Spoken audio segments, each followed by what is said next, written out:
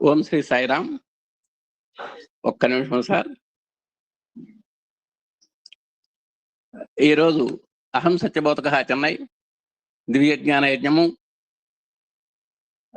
ధారావాహిక డైలీ సత్సంగ్ కార్యక్రమంలో భాగంగా ఈరోజు మన ఆహ్వానం మేరకు మన ఆహ్వానాన్ని మన్నించి వచ్చినటువంటి విశిష్ట వక్త శ్రీమాన్ డాక్టర్ ఉద్దగిరి సుధాకర్ రావు గారు. వారు ఈరోజు శ్రీమద్ భగవద్గీత కర్తవ్య ప్రబోధామృతము అనే దాంట్లో ధారావాహికంగా సీరియల్గా మనకు ఉపన్యాసం ఇవ్వబోతున్నారు. ఆ సీరియల్లో ఇవాళ ఎపిసోడ్ ప్రారంభించబోయే ముందు వారిని దయచేసి మనం పరిచయం చేసుకుందాం. వీరి పూర్తి పేరు డాక్టర్ ఉద్దగిరి సుధాకర్ రావు గారు. అసోసియేట్ ప్రొఫెసర్గా ఎల్బి కళాశాల విశాఖపట్నంలో రిటైర్ అయినారు. 2000 సంవత్సరంలో స్వామి యొక్క వింగులో ప్రవేశించారు. అలాగే 2006 నుంచి 2014 దాకా విశాఖపట్నం సిటీ, సమితి, జిల్లా స్థాయిల్లో అధ్యయన మండలి కన్వీనర్గా గణనీయమైనటువంటి సేవలు చేశారు. జిల్లా వ్యాప్తంగా సాధనా క్యాంప్స్, స్టడీ సర్కిల్స్ నిర్వహణపై చక్కని అవగాహన తరగతులు నిర్వహించినటువంటి సేవా తత్పరులు వీరు. రాష్ట్ర స్థాయి ఆధ్యాత్మిక ఫ్యాకల్టీగా కూడా గణనీయమైనటువంటి సేవలు అందించారు. National working group on study circles లో ఆంధ్రప్రదేశ్ తరఫున సభ్యులుగా ఎంపికైనటువంటి ఒక మేటి వ్యక్తి సుధాకర్ రావు గారు. అలాగే వీరు భక్తుల యొక్క కోసం పాఠ్యాంశ రచన కూడా చేయటం జరిగింది. వీరు అధ్యయన మండలి పాఠ్యాంశాలని సులభతరంగా సుగమం చేయటానికి పాఠ్యాంశాలు రాశారు. దాన్ని NWC చైర్మన్ ముద్ర పొందడం కూడా చాలా విశేషం. అలాగే శ్రీవారి దివ్య సందేశాలని ఎన్నెన్నో చిన్న చిన్న రూపాలుగా అందించారు. స్వామి యొక్క సందేశ వ్యాప్తిలో ఆధ్యాత్మిక ప్రసంగాలు ఇప్పటికీ కూడా మొక్కవోని దీక్షతో అందిస్తున్నటువంటి మేటి వక్త వీరు. అలాగే వీరు రచించినటువంటి ఆధ్యాత్మిక వ్యాసాలు బాగా ఇప్పటికీ మంచి పాపులర్గా ఉన్నటువంటి వాణి అన్నట్టుగా, మరి శ్రీవాణి మై మెసేజ్ అన్నట్టుగా స్వామి యొక్క మెచ్చినటువంటి శ్రీవాణి, సాయి స్పందన అనేటువంటి పత్రికల్లో సుమారు 40కి పైగా ప్రచురింపబడ్డాయి, ఇంకా ప్రచురింపబడుతున్నాయి. కాబట్టి ఈ విధంగా నేటికి స్వామి యొక్క ఉపకరణంగా తన వంతుగా నిర్విరామ కృషి చేస్తున్నటువంటి ధన్యజీవి, పుణ్యజీవి మన ఉద్దగిరి సుధాకర్ రావు గారు. అలాంటి విశిష్టోక్త అయినటువంటి సుధాకర్ రావు గారిని తమ యొక్క ప్రసంగాన్ని కొనసాగించవలసిందిగా మా అధినేత దంపతుల తరఫున, మా ఆత్మీయ సోదరుమణుల తరఫున హృదయపూర్వకంగా స్వాగతిస్తూ సాయిరామ్. ఓం Shri Sairam.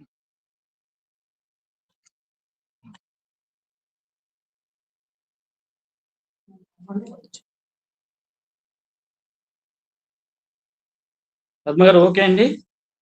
Sairam sir. Sairam sir. Sir Om Shri Sairam. Bhagavan Shri Sathya Sai Baba వారి దివ్య చరణారవిందములకు ప్రణమిల్లుతూ ఈనాటి ఆన్లైన్ ఆధ్యాత్మిక ప్రవచన కార్యక్రమానికి విచ్చేసిన అహం సత్యబోధక కుటుంబ సభ్యులందరికీ కూడా సాయిరామ్ తెలుపుతూ, వసుదేవసుతం దేవం కంసచాణూరమర్ధనం దేవకీ పరమానందం కృష్ణం వందే జగద్గురుం ఉత్పుల్ల పద్మపత్రాక్షం నీలం జీమూత సన్నిభం యాదవానాం శిరోరత్నం కృష్ణం వందే జగద్గురుం శ్రీవత్సాంకం మహోరస్కం వనమాల విరాజితం శంఖచక్రధరం దేవం కృష్ణం వందే జగద్గురుం.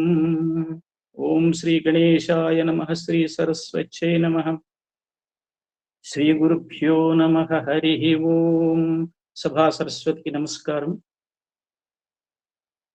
శ్రీమద్ భగవద్గీత కర్తవ్య బోధామృతం అనే శీర్షిక కింద ఈరోజు మనం 4వ భాగంలోకి ప్రవేశిస్తున్నాం. మనం ఓం శ్రీ పరమాత్మనే నమః. ఇవాళ సాంఖ్యయోగం కూడా మనం ఆరంభించబోతున్నాం. మనం పూర్వాధ్యాయంతో ఈ అధ్యాయానికి గల సంబంధం ఏంటంటే, గతంలో మనం ఏం చెప్పుకున్నాము, దానికి దీనికి కనెక్షన్ ఎక్కడ ఉంది అంటే, శ్రీకృష్ణుడు అర్జును యొక్క రథాన్ని 2 సేనల మధ్య నిలబెట్టగా కట్టెదుట బారులు తీరి ఉన్న బంధువులను చూసి అర్జునుడు శోక విహ్వలుడై వాళ్ళని ఎట్లా చంపుతాను అని చెప్పేసి గాంధీవాన్ని జారబిడిచి రథంపై కూలబడిపోయాడు, శతికిలు పడిపోయాడు అని క్రిందటి అధ్యాయంలో మనం చెప్పుకున్నాం. అంటే అతని యొక్క తమోగుణము చరమస్థితికి చేరుకుంది. అర్జునుని యొక్క ఆ దీనస్థితిని చూసి శ్రీకృష్ణ పరమాత్మ ఏం చేశారంటే ఈ అధ్యాయంలో అతనికి ధైర్యోత్పాదనం అనొచ్చుటకై ఆత్మ యొక్క నిజ తత్వాన్ని, కర్మరహస్యాన్ని బోధించబోతున్నారు అన్నమాట. అయితే ఇక్కడ మనం గమనించాల్సింది ఏంటంటే సాంఖ్యయోగంలో 1వ శ్లోకం నుంచి 10వ శ్లోకము కూడా 10వ శ్లోకం వరకు కూడా అర్జున విషాద యోగం సంబంధించినవి. ఇందులో ఎందుకు ఈ 1 నుంచి 10 శ్లోకాలు కూడా అర్జున విషాద యోగంలోనే పెట్టవచ్చు కదా, సాంఖ్యయోగంలో సాంఖ్యయోగంలో ఎందుకు పెట్టారనే దానికి మనం గతంలో చెప్పాను. కావాలంటే ఆ వీడియో ఒకసారి వినండి. ఈ 1 నుంచి 10 అధ్యాయాల్లో కూడా ఏం చేస్తాడంటే అర్జునుడు తన యొక్క మానసిక వ్యధని శ్రీకృష్ణ పరమాత్మకి తెలుపుతూ నివారణ ఉపాయాన్ని కోసం అర్థిస్తాడనమాట. ఇందులో సాంఖ్యయోగానికి ఇంకొక పేరు కూడా ఉంది, సంక్షిప్త గీత అని ఉంది. అంటే సాంఖ్యయోగం చదివితే గీతలో సారాంశం అంతా కూడా మనకి బోధపడుతుంది అనమాట. సంక్షిప్త గీత అంటారు దీన్ని. సాంఖ్య అంటే సాన్ అంటే సంపూర్ణముగా, ఖ్య అంటే తెలుసుకుందాం. సాన్ అంటే సంపూర్ణముగా, ఖ్య అంటే తెలుసుకుందాం, తెలుసుకుంటా. అంటే ఒక దాని గురించి పూర్తిగా విశ్లేషణాత్మక జ్ఞానం.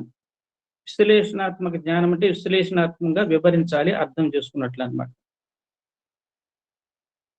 భగవద్గీతలో కొన్ని అధ్యాయాలలో జ్ఞానం, కొన్ని అధ్యాయాలలో కర్మం ప్రాధాన్యత కలిగి ఉన్నాయి భగవద్గీతలో. అయితే సాంఖ్యయోగంలో కూడా జ్ఞానము, కర్మము కూడా తెలుపబడి ఉన్నాయి. కాబట్టి అన్నింటికంటే పెద్ద అధ్యాయం ఇదే. దీన్నే సంక్షిప్త గీత అని కూడా అంటారనమాట. అయితే ఈ సాంఖ్య దర్శనం షడ్దర్శనాల్లో కూడా ఒకటి. సాంఖ్య యోగము అంటే ఏంటంటే సంఖ్యతో కూడినది సాంఖ్యము. సాంఖ్యం అంటే జ్ఞానం అని పేరు కూడా అవుతుంది అనమాట. అంటే జ్ఞాన విచారణ యందు అనాత్మ వస్తువులను లెక్కించినప్పుడు సంఖ్యను ఆశ్రయించవలసి వచ్చును. అంటే అనాత్మ వస్తువులు, ఆత్మ వస్తువులు, అనాత్మ వస్తువులు, ఆత్మ వస్తువు పరమాత్మే, పరమాత్మ కాని అనాత్మ వస్తువులు ఏమి అని లెక్కించి అప్పుడు మనము ఏంటి అనేది ఒక అవగాహన వస్తుంది అనమాట మనకి.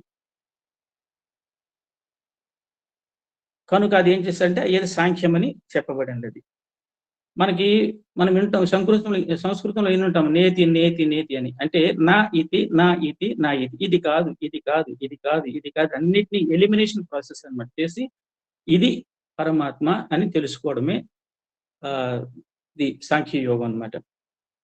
ఇప్పుడు ప్రకృతి యందు గల 24 తత్వాలను ఏం చేస్తారంటే లెస్సగా శోధించి అవి అనాత్మ రూపములను త్యజించి వానికి సాక్షిగా ఉన్నట్టి పరమాత్మను గ్రహించుటయే సాంఖ్య విద్య.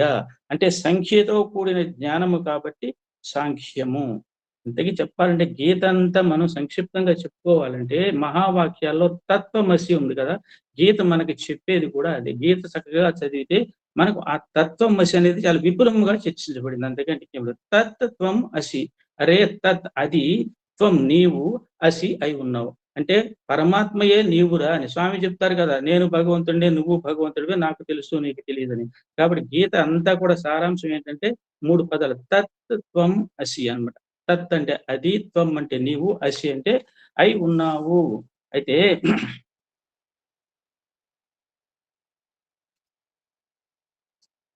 ఆత్మానాత్మ వివేక రూపముకు విజ్ఞానమే సాంఖ్యం అని మనం ముందు చెప్పుకున్నాము.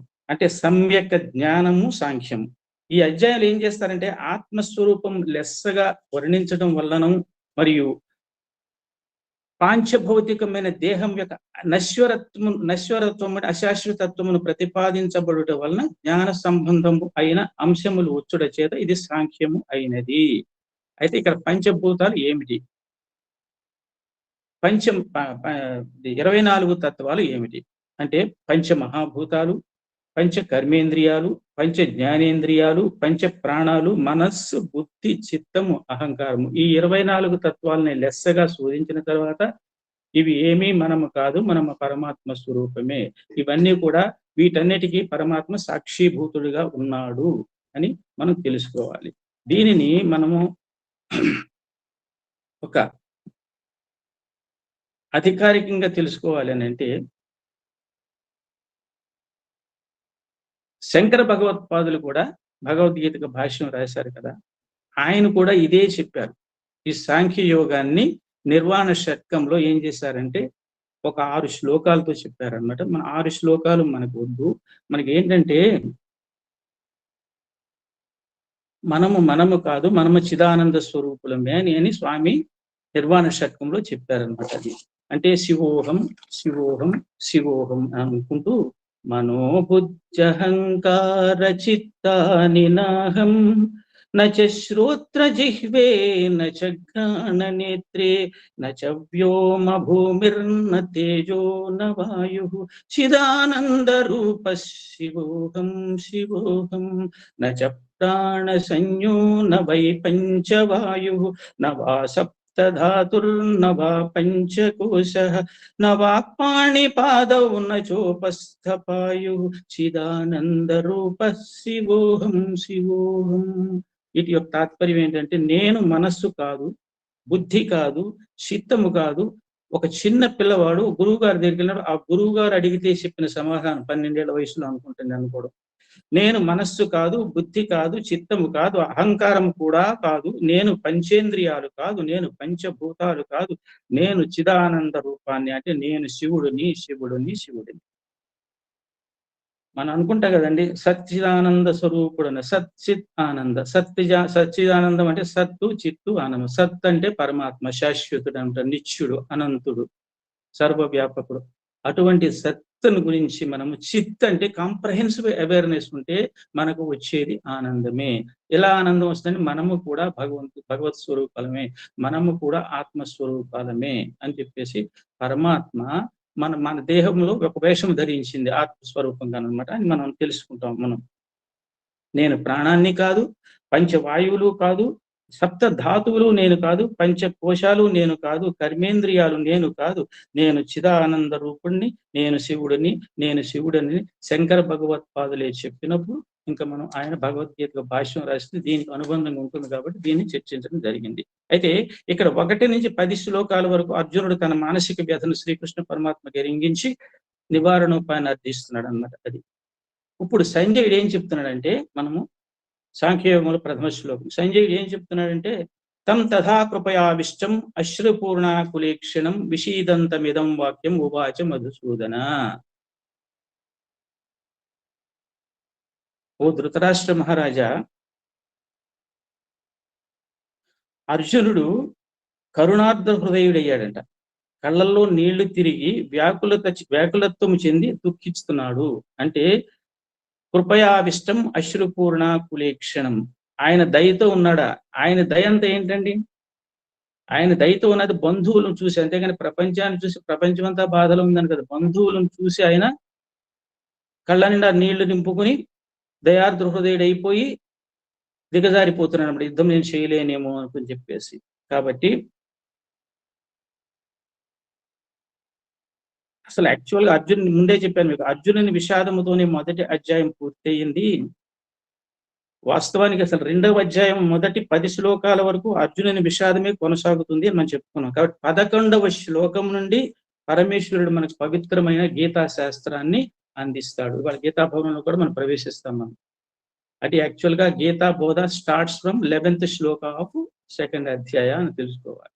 అయితే ఇక్కడ అర్జునుడు అందరినీ చూసి కళ్ళ వంట నీళ్లు పెట్టేసుకొని దయతో కూడిన హృదయంతో చెలించిపోయి ఉన్నాడు అని చెప్పి సంజయుడు ధృతరాష్ట్రుడికి చెప్తున్నాడు. సంజయుడికి ప్రత్యక్ష దర్శనం చేయగలడు కాబట్టి చెప్పాడు. అయితే ఇక్కడ తమో గుణం అర్జునుడికి ఏంటంటే చరమ స్థాయికి వెళ్ళిపోయింది. తమో గుణం అంటే అదొక రకమైన నిర్వేదం అన్నమాట, వైరాగ్య భావన. ధనుర్బాణాలను పడేసి క్రియాశూన్యుడై ఎప్పుడైతే రథోపస్థ ప్రదేశంలో అర్జునుడు కూర్చుని పోయాడో అప్పటికి తమో గుణం చరమస్థాయికి చేరిపోయింది అనమాట. ఇంకా పూర్తి వైరాగ్యంలోకి వెళ్ళిపోతున్నాడు అనమాట. అది నిర్వేదము, ఒక రకంగా ఆత్మజ్ఞాన శూన్యత కూడా అనుకోవచ్చు. ఈ విషయాన్ని నిర్ధారణ చేయడానికి సంజయుడు 2 శ్లోకాలను వేరు చేసి అధ్యాయ విభజనకు సంకల్పించాడు. అది ఇక్కడ 3 గుణాలు ఉంటాయి. గుణత్రయ ప్రభావం ఉంది. 3 గుణాలు ఉంటాయి. అర్జునుడికి తీవ్ర వైరాగ్యం ఎలాగొచ్చిందంటే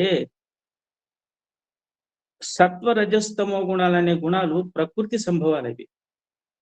ఇవి ప్రకృతిలో ఈ 3 గుణాలు కూడా సమపాళ్లలో ఉంటాయి ప్రకృతిలో.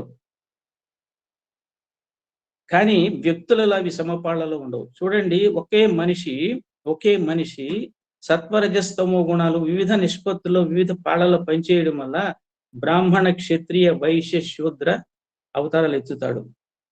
ఏదన్నా ఒక సద్గ్రంథ పఠనం చేసినప్పుడు, సద్గ్రంథాల గురించి జ్ఞానం తెలుసుకున్నప్పుడు బ్రాహ్మణుడు అవుతాడు. ఎవరినైనా కాపాడినప్పుడు, రోడ్డు మీద ఎవరిని పడిపోతే కాపాడినప్పుడు క్షత్రియుడు అవుతాడు. అలాగే ఎవరికైనా వస్తువులు దొరికిన చోట నుంచి దొరకని చోటుకి సరఫరా చేసి న్యాయమైన లాభాన్ని తీసుకున్నాడు వైశ్యుడు అవుతాడు. అందరికీ సేవ చేసేవాడు శూద్రుడు అవుతాడు. కాబట్టి ఒకే మనిషిలో కూడా రకరకాల భావాలు వచ్చినప్పుడు ఏది గుణం ఎక్కువైతే ఆ గుణం ప్రకారంగా ఈ 4 వర్ణాలు కూడా ధరిస్తాడు మనిషి. కాబట్టి గుణాల నిష్పత్తుల ప్రభావంతో వ్యక్తులు ఏం చేస్తారంటే భిన్నంగా ప్రవర్తిస్తారు మనం తెలుసుకోవాలి. ఇక్కడ తమో గుణము అంటే ఏమిటి అంటే ఇక్కడ అజ్ఞానం చాలా ప్రధానంగా ఉంటుంది అనమాట. ఏమీ తెలియదు. ఓ రకంగా చెప్పాలంటే వాడు మూర్ఖుడి కింద లెక్క. నిర్వేదం ఉంటుంది, నిరాశ ఉంటుంది, అశక్తతతో కూలబడిపోతాడు. అంటే తీవ్ర వైరాగ్యం అనుకోవాలి తమో గుణం అంటే. అతి నిద్ర, ఇవన్నీ కూడా. ఇక రజోగుణం ఏంటంటే తమో గుణంలో పడి ఉండదు. అలా ఉండడానికి కూడా అంగీకరించదు అనమాట. క్రియాశీలకంగా ఉంటుంది. కానీ ఇక్కడ రాగద్వేషాలు రజోగుణంలో ప్రధానంగా పోషిస్తుంటాయి. అంటే అలా రాగద్వేషాలు అంటే నేను, నాది, ఐ కెన్ డూ, నాదే ప్రథమ తాంబూలం, అగ్ర తాంబూలం నేనే తీసుకోవాలి. వీళ్ళలో ఏంటంటే కామక్రోధ మోహలో మదమాశ్చర్యాలు అన్నీ కూడా రకరకాలుగా ఉంటాయి అన్నమాట రజోగుణంలో. ఇంకా సత్వగుణం ఏంటంటే ప్రసన్నంగా ఉంటుంది అనమాట, విశుద్ధంగా ఉంటుంది. అంటే అద్దంలో ఒక వస్తువు పెడితే ఎంత క్లియర్ గా మనకు కనపడుతుందో అలాగే సత్వగుణం ఏం చేస్తుందంటే దైవీ గుణాల ద్వారా వ్యక్తీకరణ పొందుతుంది అనమాట. ఒక మనిషి సత్వగుణ ప్రధానుడు అంటే అతని యొక్క ప్రవర్తనలో దైవీ గుణాలు, అతని యొక్క చైతన్యము దైవీ గుణాల రూపంలో ప్రస్ఫుటంగా కనపడుతుంది అనమాట. అయితే విశుద్ధ సత్వగుణం అని కూడా ఒకటి ఉన్నది. అది మనకి ప్రస్తుతానికి అక్కర్లేదు. అయితే ఈ సత్వగుణ ప్రధానులైన వారే, మనస్సు నిర్మలముగా ఉంచుకున్న వారే ఆత్మజ్ఞాన శ్రవణానికి అర్హులని శ్రీకృష్ణుడు ఏం చేస్తున్నాడంటే, మనవాడు తమో గుణంలో ఉన్నాడు, తమో గుణం నుంచి రజోగుణంకి తీసుకెళ్ళాలి. రజోగుణం నుంచి మనము ఈయన్ని సత్వగుణ ప్రధానం చేసి అప్పుడు గీతాబోధ స్టార్ట్ చేద్దామని ఆయన మనస్సులో ఉన్నది అన్నమాట. మనం అక్కడెక్కడో చదివాను నేను. గీత అనేది ఏంటంటే ఒక లిఫ్ట్ లాంటిది. అంటే ఫస్ట్ ఫ్లోర్, గ్రౌండ్ ఫ్లోర్ లో తమో గుణం అన్నమాట. ఇది తీవ్ర వైరాగ్యము, అజ్ఞానం అన్నమాట. అక్కడి నుంచి కొంచెం పైకి తీసుకెళ్తుంది మనని. తర్వాత ఫస్ట్ ఫ్లోర్కి వెళ్ళేటప్పటికి ఏంటంటే అక్కడ కీర్తి, కండూతి, రజోగుణము, కొంచెం అహంభావం ఇవన్నీ ఉంటాయి అంట. అక్కడి నుంచి సెకండ్ ఫ్లోర్కి వెళ్తాం అనమాట. ఫస్ట్ ఫ్లోర్ నుంచి సెకండ్ ఫ్లోర్కి వెళ్తాం రజోగుణంకి. ఇంకా గ్రౌండ్ ఫ్లోర్ నుంచి ఫస్ట్ ఫ్లోర్కి వెళ్తాం, అక్కడ నుంచి సెకండ్ ఫ్లోర్కి వెళ్తాం అనమాట. సెకండ్ ఫ్లోర్కి వెళ్తే సత్వగుణం అంటే ఇక్కడ ప్రసన్నంగా ఉంటుంది. అంటే గీత మనం చదవడం వల్ల ఏంటంటే గ్రౌండ్ ఫ్లోర్ నుంచి ఫస్ట్ ఫ్లోర్ నుంచి సెకండ్ ఫ్లోర్ కి సత్వగుణ ప్రధానం అవుతాం. ఎప్పుడు విని దానిని ఆచరణలో పెట్టినప్పుడు, జాగ్రత్తగా అర్థాలు తెలుసుకున్నప్పుడు, పారాయణం చేసినప్పుడు కాదు, పారాయణులం అయినప్పుడు.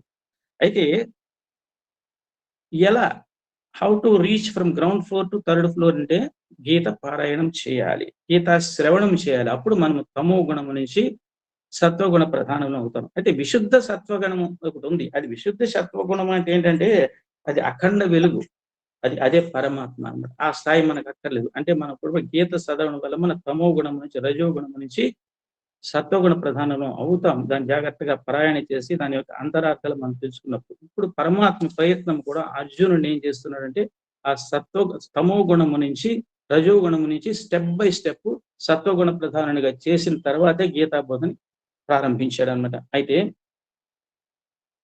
తమో గుణంతో తీవ్ర వైరాగ్యంలో ఉన్నవాడిని ఏం చేశాడంటే ప్రేమతో కూడిన 2 మరియు 3 శ్లోకాలు చాలా చాలా చాలా ఇంపార్టెంట్ అన్నమాట. సెకండ్ అండ్ థర్డ్ వీటి మీద కామెంటరీ ఎక్కువ ఉంటుంది అన్నమాట.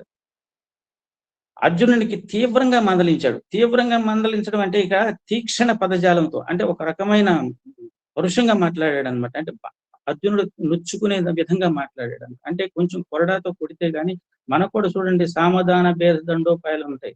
సామం అంటే మనం ఏం చేస్తారంటే కంచి పరమాచార్యని అడిగితే నడిచే మా చంద్రశేఖర్ సరస్వతి గారిని అడిగారండి ఒకసారి, సామధాన భేద దండోపాయం అంటే ఆ మహాజ్ఞాని ఎంత సింపుల్ గా చెప్పండి. సామం అంటే ఏమి లేదు, ఒక పిల్లవాడు చదవట్లేదు అనుకుని ఆయన చదువుకురా, చదువుకుంటే భవిష్యత్తు బాగుంటుందిరా అని చెప్తుంటారు. అది సామం. ఇంకా వాడు అడ్డదిడ్డంగా ప్రవర్తిస్తుంటే ఏం చేస్తాడంటే ఏదో ఒక చాక్లెట్ బిస్కెట్ ఇచ్చింది దానం అనమాట సామధానం. అప్పటికి వినపోతే ఏం చేస్తాంటారు, నువ్వు వినపోతే ఆ బిస్కెట్లన్నీ అన్నకి ఇచ్చేస్తానని చెప్పి ఇచ్చేసాడు. అక్కడ భేద గుణం, సామధాన భేద. ఈ 3 కూడా దాటిపోయాడు అనుకోండి, ఇంకా పై దండన కర్ర పుచ్చుకుని 4 తగిలిస్తుంది అనమాట. ఈ విధంగా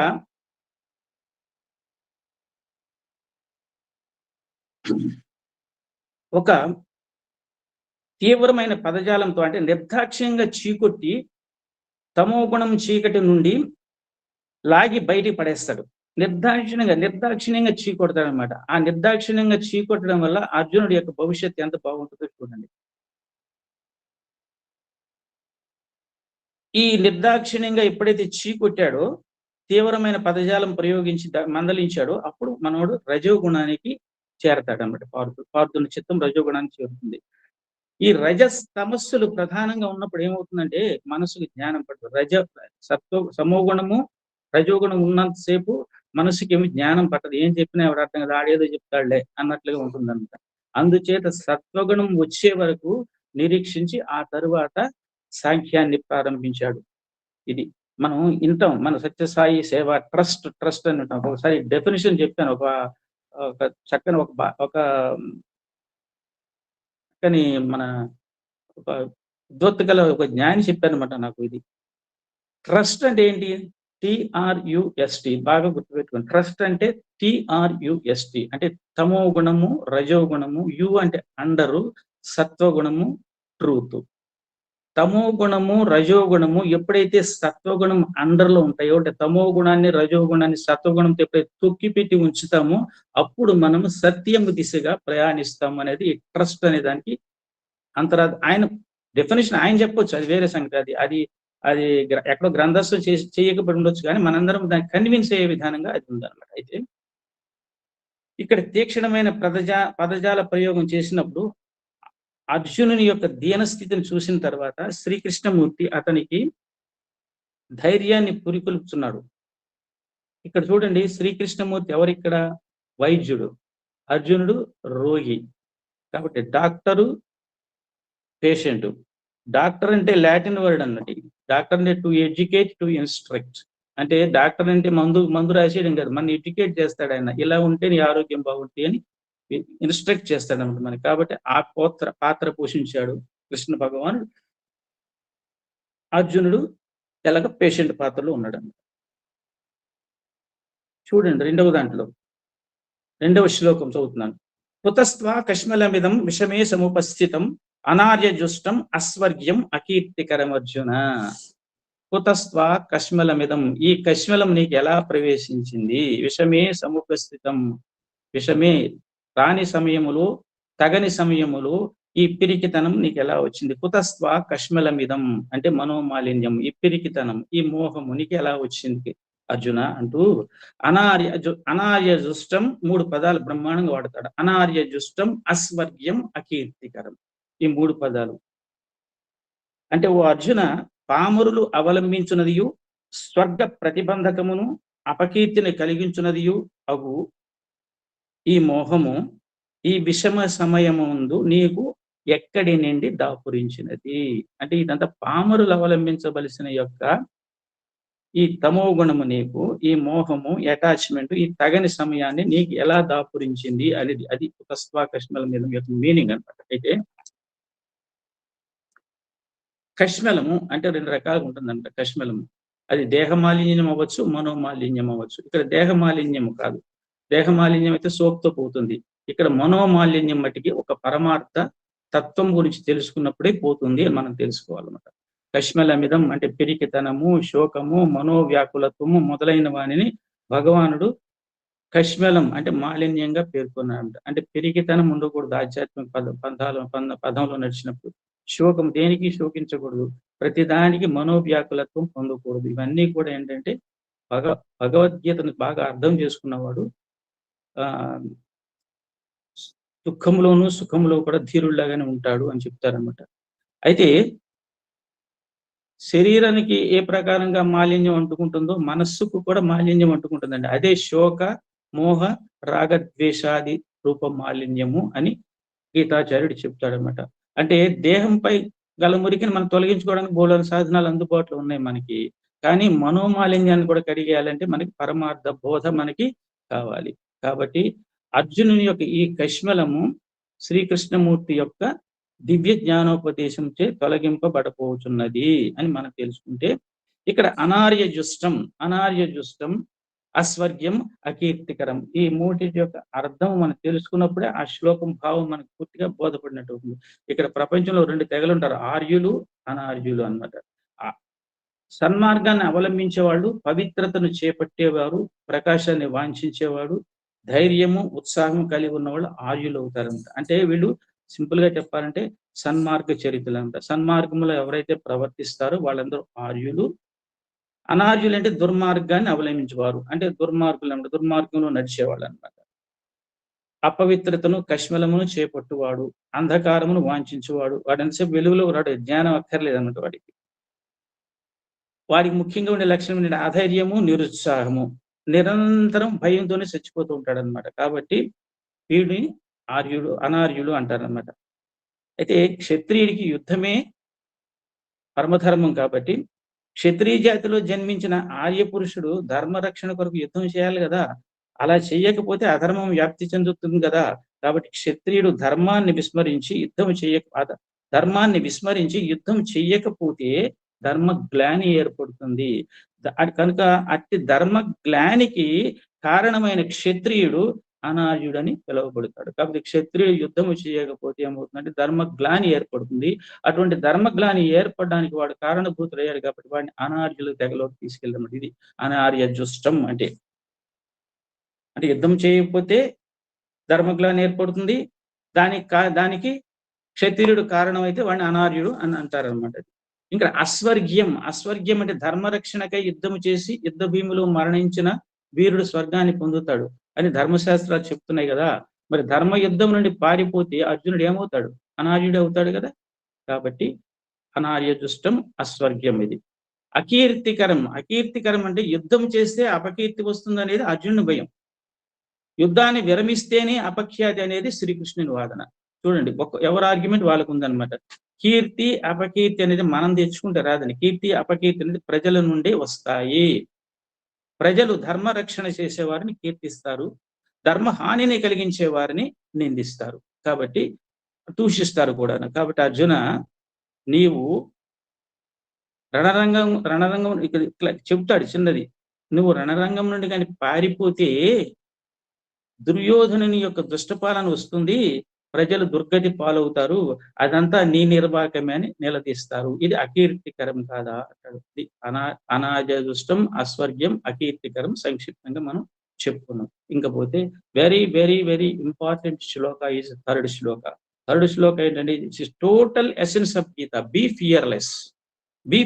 ఈ మెసేజ్ ఆఫ్ గీత అంతా కూడా ఏంటంటే బీ ఫియర్లెస్, నిర్భయంగా ఉండు, క్లీబత్వాన్ని పిరికితనాన్ని వీడు అనేది సారాంశం అంతా. గీత మీరు ఎక్కడ చదివినా చివరికి వచ్చేది సారాంశం అదే వస్తుంది అనమాట.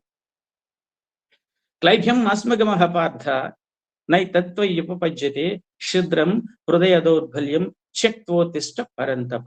ఇక్కడ పార్థ అనే పదం వాడాడండి. పార్థ మీకు చాలాసార్లు చెప్పాను. మీకు ఒక సంబోధన ఒక పేరుతో పిలిచాడంటే అది అక్కడ సందర్భాన్ని బట్టి దానికి ఒక అర్థం ఉంటుందన్నమాట. ప్రతిసారి ఒక పేరు పెడతాడనమాట. కౌంతేయ అంటాడు, వార్ష్ణేయ అంటాడు. ప్రతిదానికి అక్కడ సందర్భం ఉంటుంది అనమాట. దానికి ఆ సందర్భానికి అక్కడ సిచ్యుయేషన్ పరిస్థితికి అనుగుణంగా ఒక సంబోధన ఉంటుంది అనమాట. గీత యొక్క మొత్తం సారాంశం అంతా కూడా ఈ శ్లోకంలోనే ఉంది అని చెప్పేశాడు. అయితే ఇది ఏంటంటే, ఓ అర్జున, అధైర్యమును పొందకము. ఫస్ట్ పాయింట్ ఇది. నీకు తగదు, నీచమగు ఈ మనోదుర్బలత్వమును వీడి యుద్ధము చేయుటకు లెమ్ము. త్యక్తోత్తిష్ట పరంతప అంటే త్యక్త్వ అంటే వదిలే, ఉత్తిష్ట అంటే గెటప్, పరంతప అంటే శత్రువులను తప్పింప చేయువాడా అని అర్థం అన్నమాట. అయితే ఈ ఒక్క శ్లోకం చదివినచో గీత చదివిన ఫలితము మనుషుడు పొందగలంటే, ఒక శ్లోకం చదివేసి మన ఫలితం రమ్మంటే రాదు. నా ఒక్క శ్లోకం ఆచరణలో పెట్టాలి. మనం ఆచరణలో పెడితే మిగిలిన శ్లోకం యొక్క సారాంశం అంతా మనం వంట పట్టినట్టేనమాట. కాబట్టి ఏలనైనా గీత యొక్క సారాంశము అంతా కూడా ఈ ఒక్క శ్లోకంలోనే ఇమిడి ఉన్నదని నేను చెప్పట్లేదండి, గీతాచార్యుడు చెప్పలేదు, స్వామి వివేకానంద చెప్తారు. ఇందాక శంకరులు వారు మీరు 24 తత్వాలను శోధించిన తర్వాత ఏది నేను కాదు, నేను శివుణ్ణి అని తెలుసుకున్నాడు. అలాగే ఏంటంటే ఇక్కడ స్వామి వివేకానంద ఏం తెలుసుకున్నాడంటే ఈ మొత్తం గీత అంతా చదివితే వచ్చే సారాంశం ఇదేనమాట. Be fearless. ఈ ఒక్క శ్లోకం చదివి మనం అర్థం చేసుకుంటే గీత యొక్క సారాంశం మనకి 100% మనకు వంట పట్టినట్టు అని తెలుసుకోవాలి. ఇక్కడ చూడండి, తొలుదొల్తనే గీతాచార్యుడు చూడండి, తొలుదొల్తనే నిర్భయత్వం అనే మంత్రరాజాన్ని మన మీదకి వదిలేశాడు. మొట్టమొదటి స్టార్టింగ్ క్లైభ్యం అస్మగమః, ఇది నిర్భయత్వం అనే మంత్రరాజం. క్లైభ్యం మాస్మగమః. క్లైభ్యం అంటే ఏంటనుకుంటున్నారు? క్లీబత్వము, నపుంసకత్వము, పౌరుషము లేకుండా ఉండడము, పిరికితనము, అధైర్యము, దీనిని పొందకము. ఇందులో ఏ ఒక్కటి తీసుకున్నా మిగిలిన సమానార్థకాలు అన్నమాట. అంటే పిరికితనాన్ని పొందకము, క్లీబత్వం అన్నది పౌరుషం లేకుండా, పౌరుషం ఎవడు పోయి పిరికితనం పొందుతాడు? పౌరుషం లేనివాడు పొందుతాడు.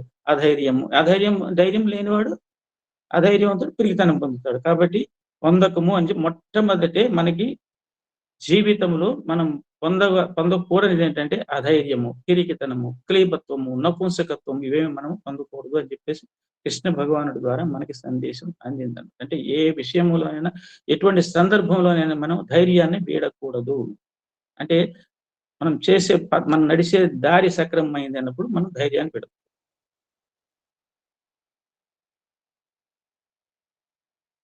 కాబట్టి తొలుదొల్తని నిర్భయత్వం అనే మంత్రరాజాన్ని భగవంతుడి యొక్క ముఖార విందము నుంచి గీతలో, భగవంతుడి యొక్క ముఖార విందము నుంచి గీతలో తొలుదొల్తగా వెలువడిన పదము నిర్భయత్వం అనే మంత్రరాజము.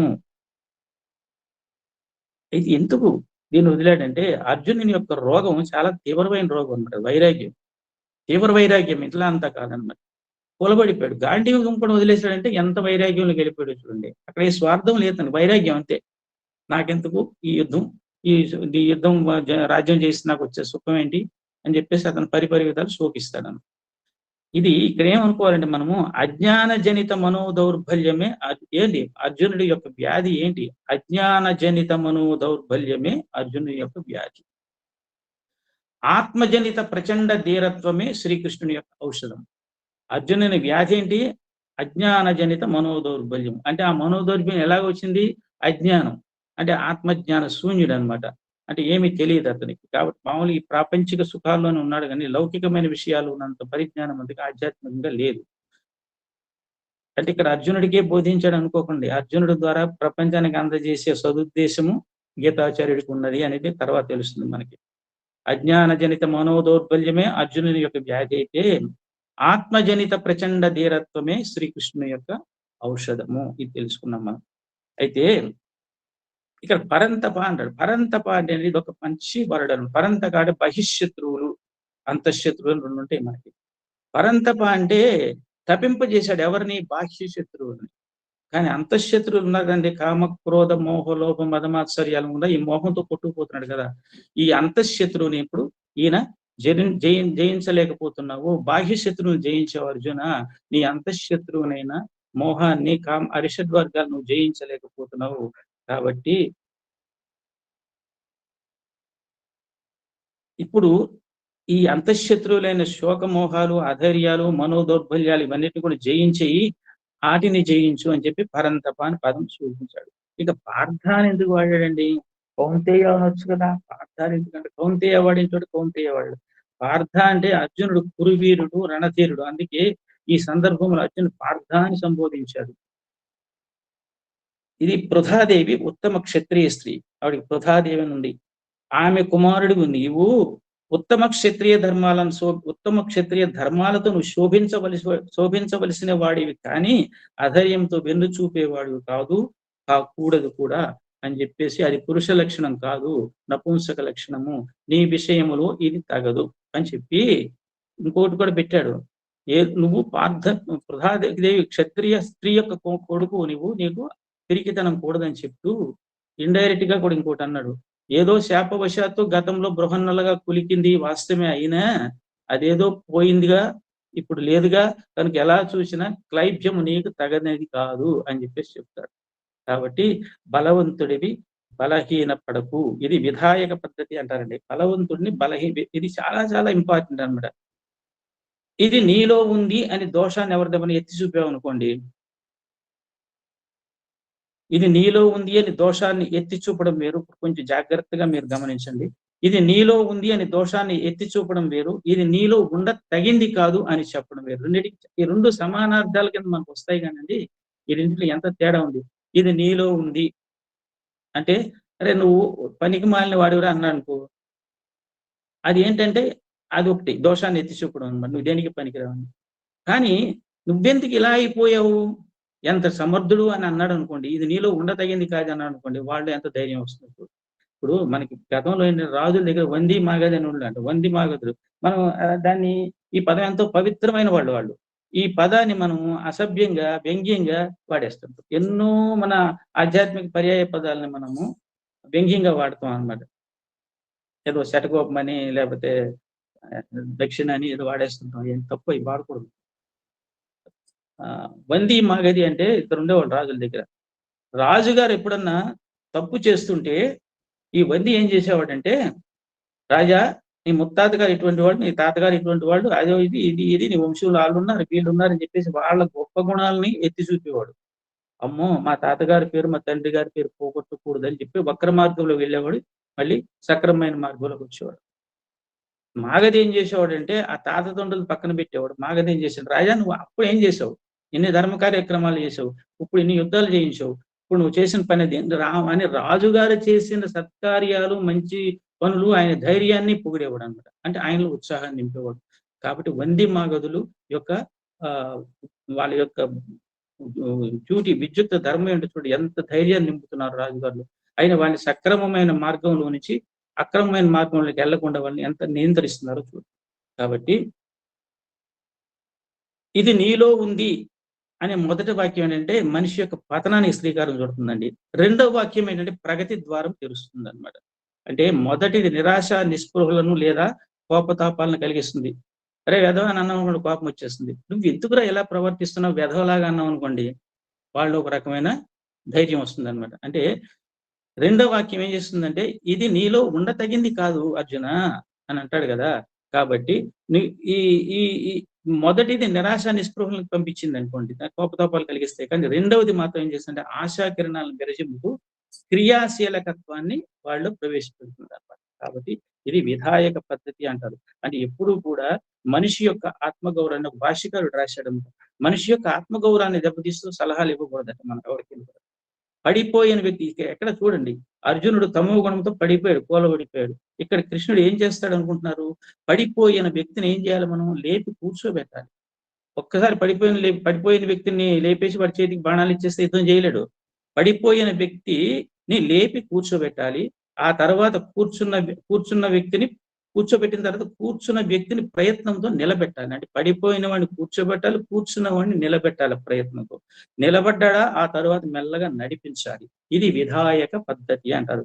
ఇది ఇక్కడే మనకు సౌజన్య స్వరూపం అంతా వెలివేరుస్తుంది అన్నమాట. అర్జున ఇది నీకు తగింది కాదు అని అర్జున వ్యక్తిత్వాన్ని ఆకాశానికి ఎత్తేసాడు శ్రీకృష్ణుడు. ఇది నీకు తగింది కాదు, ఇది ఈ పిరికితను నీళ్ళు పిరికివాడానని ముందు అంటాడు, క్లేబత్వం తగదని. ఇది నీలో ఉండదగింది కాదని ఎప్పుడైతే చెప్పాడో అర్జునుడి యొక్క వ్యక్తిత్వాన్ని ఆకాశానికి ఎత్తేసినట్టు అయిందనమాట. అంటే తనలో తాను ఆలోచించుకునే శక్తిని ప్రసాదించాడు అనమాట. ఇది నీలో ఉంది, ఇది నీకు తగింది కాదు, నీలో ఉండదగింది కాదని రెండు పదాల్లో ఎంత ఉందో చూడండి. ఇది మహోత్కృష్ట బోధనా విధానం అన్నమాట. ఇది మామూలు విషయం కాదండి. ఇది మనిషిని మనీషిగా, మనీషిని మహర్షిగా, మహర్షిని మాధవునిగా తీర్చిదిద్దే మహోత్కృష్టమైన బోధనా విధానం అన్నమాట ఇది. కాబట్టి మనసుల్ని మలిచి మనుషులను తీర్చిదిద్దే కార్యంలో మహాశిల్పి కదా గీతాచార్యుడు. ఆయన ప్రదర్శించిన ఒక మహోత్కృష్ట బోధనా విధానాన్ని ఒక విశ్వానికి అందజేశాడు. ఇక్కడ మనం జాగ్రత్తగా అర్థం చేసుకుంటే అది మనము కూడా ఆచరించవచ్చు. ఎలాగంటే ఈ అసమాన బోధనా కౌశలాన్ని మనం ఎక్కడెక్కడ అప్లై చేయాలంటే బిడ్డల విషయంలో తల్లిదండ్రులు, విద్యార్థుల విషయంలో ఉపాధ్యాయులు, భార్యల విషయంలో భర్తలు, ఉద్యోగుల విషయంలో అధికారులు, అనుసరించి ఆచరించగలిగితే ఆ తరువాత సమాజంలో కనిపించేది ఏదో కాదు, అభ్యుదయమే, ఆనందమే అని ఆ స్వామి సుందర చైతన్యానంద ఆయన వ్యాఖ్యానంలో చెప్పారు. ఈ మాట క్లైభ్యం అస్మగమః పార్థ అన్నప్పుడు పిరికితనము పొందొద్దు అని చెప్పినప్పుడు అర్జునుడి యొక్క మనసును పేల్చేశాడు శ్రీకృష్ణ భగవానుడు. నైతత్వ యుపపజ్యతే, ఇది నీలో ఉండతగింది కాదు అని చెప్పేటప్పటికీ అవగాహన నింపి ఒక ఆశాజ్యోతిని వెలిగించినట్లు అయిందనమాట. కాబట్టి ఇది మనం ఏమనుకోవాలంటే ఇది ఒక దీప ప్రజ్వలన, గీత యొక్క దీపాన్ని ప్రజ్వలన, జ్యోతి ప్రజ్వలన లాగా గీత ప్రజ్వలన చేశారు, జ్యోతి ప్రజ్వలన చేశారు. అంటే గీతను ఇక్కడ ఒక రకమైన అంకురం పడింది అనమాట. ఎలాగంటే ఈ 2 ప్రారంభ శ్లోకాలతో అందించిన సందేశం ఏంటంటే దీప ప్రజ్వలనమే. అంటే దీపాన్ని నుంచి ఎన్ని దీపాలనే వెలిగించుకోవచ్చు మనం. సూర్యుడు ఏ ఒక్క వ్యక్తి కోసము ఉదయించలేదు, గీత కూడా ఏ ఒక్క వ్యక్తి కోసం ఉదయించలేదు. ఆయన ప్రకాశం అందరి కొరకై ఉంది. కాబట్టి భగవద్గీతలో శ్రీకృష్ణుడు అందించిన సందేశం ఒక అర్జునునికే కాదు, వినినది అర్జునుడే అయినా వినిపించింది మాత్రం యావత్ విశ్వానికే అనే విషయం మనము ఏ ఒక్క వ్యక్తి కోసమో కాదని మనం అర్థం చేసుకోవాలి. గీత అర్జునుని కొరక అయితే అతనికి ఉపయోగపడాలి, లేదా ఆ కాలం వాళ్ళకే ఉపయోగపడాలి. కానీ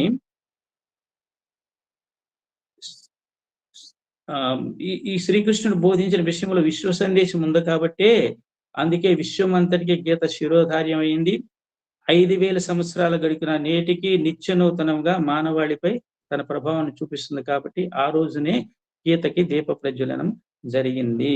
కాబట్టి ఎప్పుడైతే పెరికితనం పనికిరాదు అన్నాడో కృష్ణుడు కొరడా జ్వలిపించాడు. కొరడా ఎప్పుడైతే జ్వలిపించాడో మనవాడు కొంచెం కదలిక ప్రారంభమై తమో గుణం నుంచి రజోగుణంలోకి రాజితం అవుతుంది, రజోగుణంలోకి ప్రవేశపడుతున్నాడు. ఇక యుద్ధము చేయలేను అని సంకేతాన్ని ఇస్తూ ధనుర్బాణాలను పడేసిన సవ్యసాచి ఏమయ్యాడంటే భగవంతుని సందేశంతో కనువిప్పు కలిగింది, రజోగుణం చేత ప్రభావితుడై యుద్ధం ఎలా చేసేది అని అడుగుతున్నాడు. ఇక్కడ చూడండి, నేను యుద్ధం చేస్తాను బాగనలేదు, యుద్ధం ఎలా చేసేది అని అక్కడ కూడా చిన్న సందేహం ఉంది అతనికి. ఏంటి అంటూ భాషిస్తున్నాడు. ఇక్కడ స్వామి సుందర చైతన్య ఒక మాట అంటారు, గీతలు మన దగ్గర ఉన్నాయి కానీ వినియోగం లేదండి. గీతలు మన దగ్గర ఉన్నాయి కానీ వినియోగం లేదు. అంటే గీత మన వద్దే ఉన్న రాత మారడం లేదు, కారణం వినియోగం లేదు. వినియోగం అంటే వినింది ఆచరణలో పెట్టడం అన్నారు. పారాయణలు కాదు, పారాయణ చేసినప్పుడు అంతరార్థాలు కూడా తెలుసుకుని తదనుగుణంగా ప్రవర్తించినప్పుడే గీతకు న్యాయం చేకూర్చినట్టు మనం అవుతుంది. త్యక్త్వా ఉత్తిష్ట అంటే శ్రీకృష్ణుని పలుకులు, త్యక్త్వా లెగో గెటప్ అనేది తను సమీక్షించుకుని ఆలోచించుకునే శక్తిని అర్జునుడికి ప్రసాదించాడు. కాబట్టి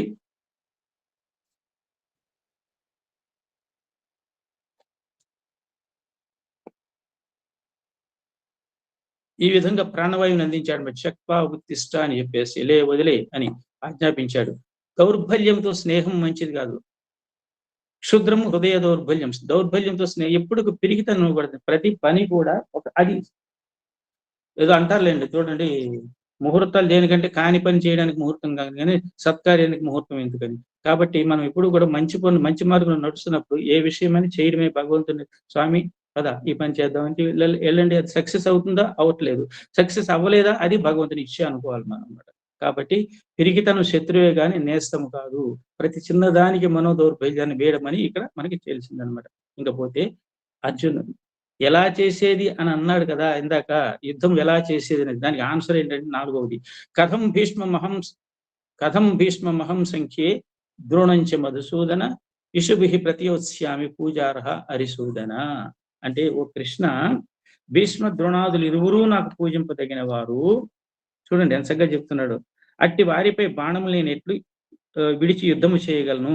శత్రుపక్షమును చేరినప్పటికీ భీష్మ ద్రోణులందు అర్జునుడికి ఎంత గౌరవం ఉందో చూడండి, భక్తి భావం కలదో చూడండి. కాబట్టి ఈ శ్లోకం చేత అది వ్యక్తం అవుతుంది. అంటే ఇందాక ఎలా చేయనంటే నేను భీష్మ ద్రోణులు నాకు ఆయన తాతగారు, ఈయన గురువు గారు, వీళ్ళని నేను ఎలా చంపగలను అనేది ఎలా చేయను అంటే యుద్ధం అక్కడ రజోగుణం ప్రవేశించింది, కానీ అక్కడ చిన్న సందేహం వచ్చింది.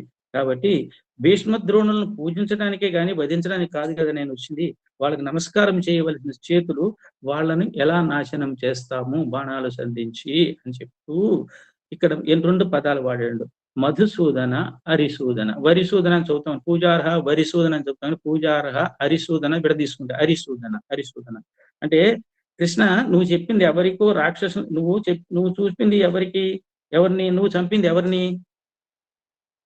రాక్షసుల్ని. అంటే మధు అనే రాక్షసుని చంపావు కాబట్టి మధుసూదనుడు అయ్యావు. కాబట్టి నేను చంపవలసింది రాక్షసుల్ని కాదు కృష్ణ, మహాత్ముల్ని. రాక్షసుని వధించావు కాబట్టి నీకు అది బిరుదుగా మారింది. నేను భీష్ముని చంపితే నాకేమైనా బిరుదులు తగిలిస్తారా అని అక్కడ మధుసూదన వాడాడు. ఆచార్యులను చంపడం ఆర్యుల లక్షణం కాదు కదా, అమంగళకరం కదా అని పార్థుడు హితబోధ చేస్తూ ఉంటాడు కృష్ణుడికి. హరిసూదన అంటే శత్రువులను వధించావు కాబట్టి నీకు హరిసూదన అనే పేరు వచ్చింది. ఆ విధంగా నీ మాట నేను వింటా. నేను భీష్మద్రోణులను చంపకుండా నేను దుర్యోధనుడు నాకు శత్రువు కాబట్టి ఆయన మట్టి వధిస్తాను అని గురువులను కులవృద్ధులను చంపడం అకీర్తికరం. మరి ఇప్పుడు యుద్ధం అన్న తర్వాత శత్రుపక్షులు నిలబడినప్పుడు ఈ వివక్ష ఉండకూడదు అర్జునుడికి. అయితే గురువులతోనూ భీష్ముడితోనూ ద్రోణుడితోనూ ఎలా యుద్ధం చేయను, కావాలంటే అది దుర్యోధనుడిని వధిస్తాను, నా శత్రువులు అనుకున్న వాళ్ళు నేను వధిస్తానని చెప్తాడు అనమాట. అది అయిపోయింది. అయిపోయిన తర్వాత మనం 7వ శ్లోకంకి వెళ్తే ఏమవుతుందంటే 7వ శ్లోకంలో మనకి గీత జ్ఞాన సౌధానికి ఈ శ్లోకం ముఖద్వారం, ఎంట్రన్స్ డోర్ అనమాట. ఇది 7వ శ్లోకం ఏంటంటే కార్పణ్య దోషోపహత స్వభావ పృచ్ఛామి త్వాం ధర్మ సమ్మూఢచేతా యశ్రేయస్యాన్ నిశ్చం బ్రూహి తన్మే శిష్యస్తేహం శాధిమాం త్వాం ప్రపన్నం. ఇది 7వ శ్లోకం ఏమిటంటే అర్జున ఉవాచ, అర్జునుడు చెప్తున్నాడు ఏంటంటే కార్పణ్య దోషోపహత స్వభావ అని చెప్పేసి ఇది ఏంటంటే గీతా జ్ఞాన సౌధానికి, ఇంకా గీతా భవనంలోకి మనం 11వ శ్లోకంలో ప్రవేశిస్తాం. గీతా జ్ఞాన సౌధానికి శ్లోకం ఏంటంటే ఎంట్రన్స్ డోర్, ముఖద్వారం లాంటిది అనమాట. కాబట్టి ఈ శ్లోకమే గాని, ఈ మాటే గాని అర్జునుడు అనకపోతే అసలు మన గీత అనేది ఆవిర్భవించేది కాదు, గీతా భవనంలోకి మన ప్రవేశమే దొరికేది కాదు. ఈ ఒక్క శ్లోకం కృష్ణుడి చెవిలో పడకుండా ఉంటే అర్జునునికి గీతామృతాన్ని శ్రీకృష్ణుడు పంచేవాడే కాదు. గీతామృతాన్ని ఎలాగంటే, ఓ కృష్ణ, కృపణత్వం అను దోషముచే కొట్టబడిన వాడనొకడిచే ధర్మ విషయమున సందేహము కలిగి మిమ్ములను అడుగుచున్నాను.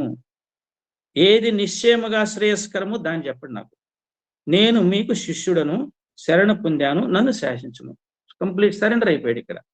అంటే ఇక్కడ కృపణత్వం అంటే ఆత్మజ్ఞాన శూన్యత. నాకు ఆత్మజ్ఞాన శూన్యుడు, నేను ఏమి చేయాలో నాకు అర్థం కావట్లేదు, ధర్మ విషయాల్లో సందేహాలు ఉన్నాయి, కాబట్టి నేను నీకు శిష్యుడిని అయిపోయాను.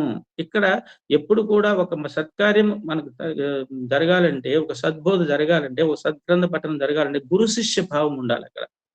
ఇప్పుడు చూడు, మనం చదువుతాం సహనా అవతు సహనౌ భునక్తు సహవీర్యం కరవావహై తేజస్వినా వదీతమస్తు మా విద్విషావహై అని ఇక్కడ జనరల్ గా మనం అన్ని చోట్ల చదువుతాం. కానీ ఇది గురు శిష్యులు అనుకునేది పరస్పర శ్రేయ కామన. ఒకళ్ళంటే ఒకరికి గౌరవం ఉన్నది. గురువు గారు చెప్తారు, బాగా చెప్తారు అనేది శిష్యుడి నమ్మకం, నా శిష్యుడు బాగా వింటాడు అనేది గురువు గారి నమ్మకం. గురు శిష్యుల మధ్య ఒక సదవగాహన ఉండి ఒకళ్ళ శ్రేయస్సును ఒకరు కోరుకుంటున్నారు అనమాట. అలాగే ఇక్కడ కూడా ఏంటంటే గురు శిష్య సంబంధం ఏర్పడే వరకు కూడా గీతను బోధని అర్జునుడికి కృష్ణుడు ఉపక్రమించలేదన్నమాట. ఇక్కడ ఏమవుతుందంటే ఇది కార్పణ్య దోషం అని మనం చాలా మంది మన పల్లెటూరులో కూడా వాడతాడు. ఏం కార్పణ్యం ఉందిరా బాబు, అంత కార్పణ్యం అంటాం మనం. ఆ కార్పణ్యం అంటే ఏంటంటే ఏదో కక్ష క్రూరత్వం కాదు. అక్కడ కార్పణ్యం అంటే ఏంటంటే కృపణుడి యొక్క స్వభావము కార్పణ్యం. కృపణుడు అనగా ఏంటంటే 2 అర్థాలు ఉన్నాయి, లోభి, దరిద్రుడు అని సామాన్యమైన అర్థం కదా. ఇంకొకటి కృపణుడు అంటే ఏంటంటే ఆత్మజ్ఞాన శూన్యం అన్నాడు. వాడికి ఆత్మజ్ఞానం తెలియదు, వాడెవడో వాడికి తెలియదు, నేను అనే పదం మీద వాడికి అర్థం లేదు. ఆత్మజ్ఞాన శూన్యుడు అని మరొక అర్థం. అంటే మొదటి అర్థం అర్జునుడికి లోభి దరిద్రుడు అనే అర్థం అర్జునుడికి అన్వయించదు. ఎందుకంటే అతనికి లోభత్వం లేదు, ఏ కోశం లోభత్వం లేదు, దారిద్ర్యం లేడు, మహారాజు పుత్రుడైన. కావున కార్పణ్యమునకు ఉపనిషత్తులందరూ తెలుపబడిన రీతి, ఉపనిషత్తులు ఏమి చెప్పిందంటే కార్పణ్యం అంటే ఆత్మజ్ఞాన రాహిత్యము లేక అజ్ఞానం అనియే ఇచ్చట మనం అన్వయించుకోవాలి. అంతేగాని కార్పణ్యం అంటే వేరే రకంగా తీసుకోకూడదు. ఇక్కడ శిష్య ధర్మం గురుధర్మం ఏర్పడ్డాయి. నేను నీకు శిష్యుడను, నన్ను శాసించుము, నాకు ధర్మ సందేహాలను తీర్చు నాకు అని చెప్పేసి అర్జునుడు తీవ్ర వైరాగ్యంతో ఏమిటంటే కృష్ణుడికి శరణాగతి పొందాడు. కాబట్టి అర్జునుడు ఇక్కడ అర్జునుడి యొక్క శిష్యస్థానాన్ని ఆక్రమించకపోతే కృష్ణుడు గురుస్థానాన్ని ఆక్రమించి ఉండేవాడు కాదు. ఇక్కడ కంప్లీట్ గా సరెండర్ అయిపోయాడు అనమాట. కాబట్టి స్వకీయ ఆత్మార్పణము ద్వారా అర్జునుడు లోకమునకు మహోపకారమును అనర్చిన వాడు అయ్యాడు. కాబట్టి ఈ శ్లోకమే, ఈ మాటలే అర్జునుడు అనకపోతే కృష్ణుడు అర్జునుడిని స్వీకరించేవాడు కాదు, ఆత్మజ్ఞాన బోధ చేసేవాడు కాదు. కాబట్టి ఆయన ఒక శిష్యుడిగా ఉండవలసినంత వైరాగ్యంతో, శిష్యుడిగా ఉండవలసిన వినయ విధేయతలతో ఆయనకి శరణాగతి పొందాడు. ఆయన గురువు యొక్క గురుస్థానాన్ని కృష్ణుడు తీసుకున్నాడు అనమాట. కాబట్టి ప్రతి ఉపహత స్వభావం అంటే ప్రతివాడి స్వభావం అండి వాస్తవంగా నిర్మలంగానే ఉంటుంది. కానీ ప్రకృతి దోషాలు వచ్చి అది కొట్టబడి మలినం అయిపోతుంది. ప్రకృతిలో జరిగే వాతావరణం వల్ల రకరకాల వాళ్ళతో ప్రవర్తించడం వల్ల, రకరకాల వాళ్ళు తిరగడం వల్ల మనం కొంచెం కలుషితం అయిపోతాం అనమాట. అర్జునుడు అట్టుగాక తన చిత్తమందలి దోషమును వెనువెంటనే గ్రహించి దానిని సరిదిద్దుటకే మార్గం అన్వేషించను. ఏమిటా మార్గము? సద్గురువును ఆశ్రయించాడు.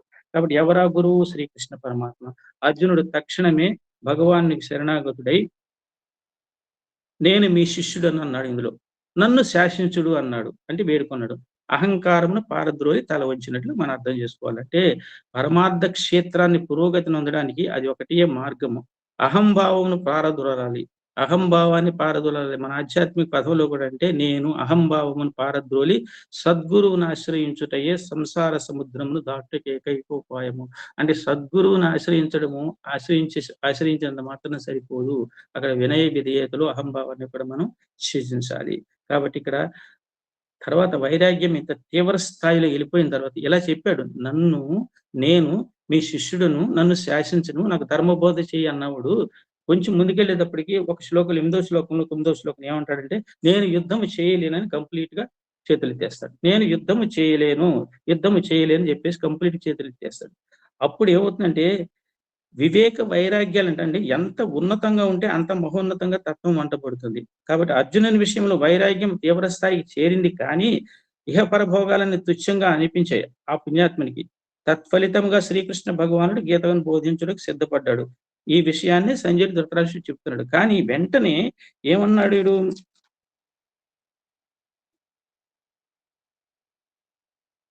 నేను నీ శిష్యుణ్ణి,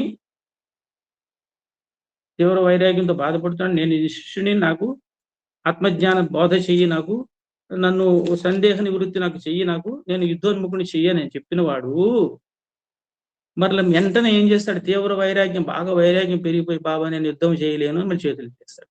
కొంతమంది మంచి మంచి కౌరులు చెప్తారు. కౌరులు చెప్పిన కొంత దూరం వెళ్ళిన తర్వాత నా వల్ల కాదులే అంటారు. ఇది ఎందుకు అన్నాడు అంటే అక్కడ 10వ శ్లోకంతో ఇది వెళ్తున్నాం మనం. 10వ శ్లోకం తమువాచ హృషీకేశః ప్రహసన్నివ భారత సేనయో ఉభయోర్మధ్యే విషీదంతమిదం వచః. ఇది అద్భుతమైన శ్లోకం అండి. తమువాచ హృషీకేశః ప్రహసన్నివ భారత. ప్రహసన్నివ అంటే నవ్వుచున్న వాడివలే. అంటే ఓ ధృతరాష్ట్ర మహారాజా, సంజయుడు చెబుతున్నాడు ధృతరాష్ట్రుడికి, ఉభయ సేనల మధ్య శోక సంతృప్తుడైన అర్జునుని చూచి శ్రీకృష్ణుడు మందహాసాన్ని చిందిస్తూ మాట కలిపాడు. ఇక్కడ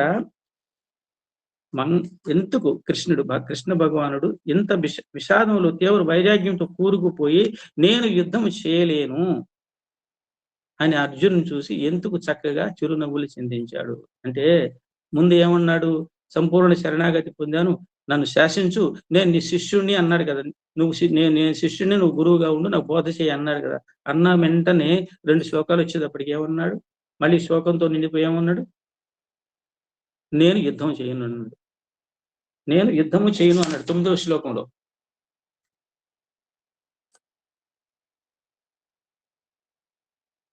నయోత్స్య ఇతి గోవింద ఉక్వ. నయోత్స్య ఇతి అంటే నేను యుద్ధము చేయను అని చెప్పేశాడు 9వ శ్లోకం.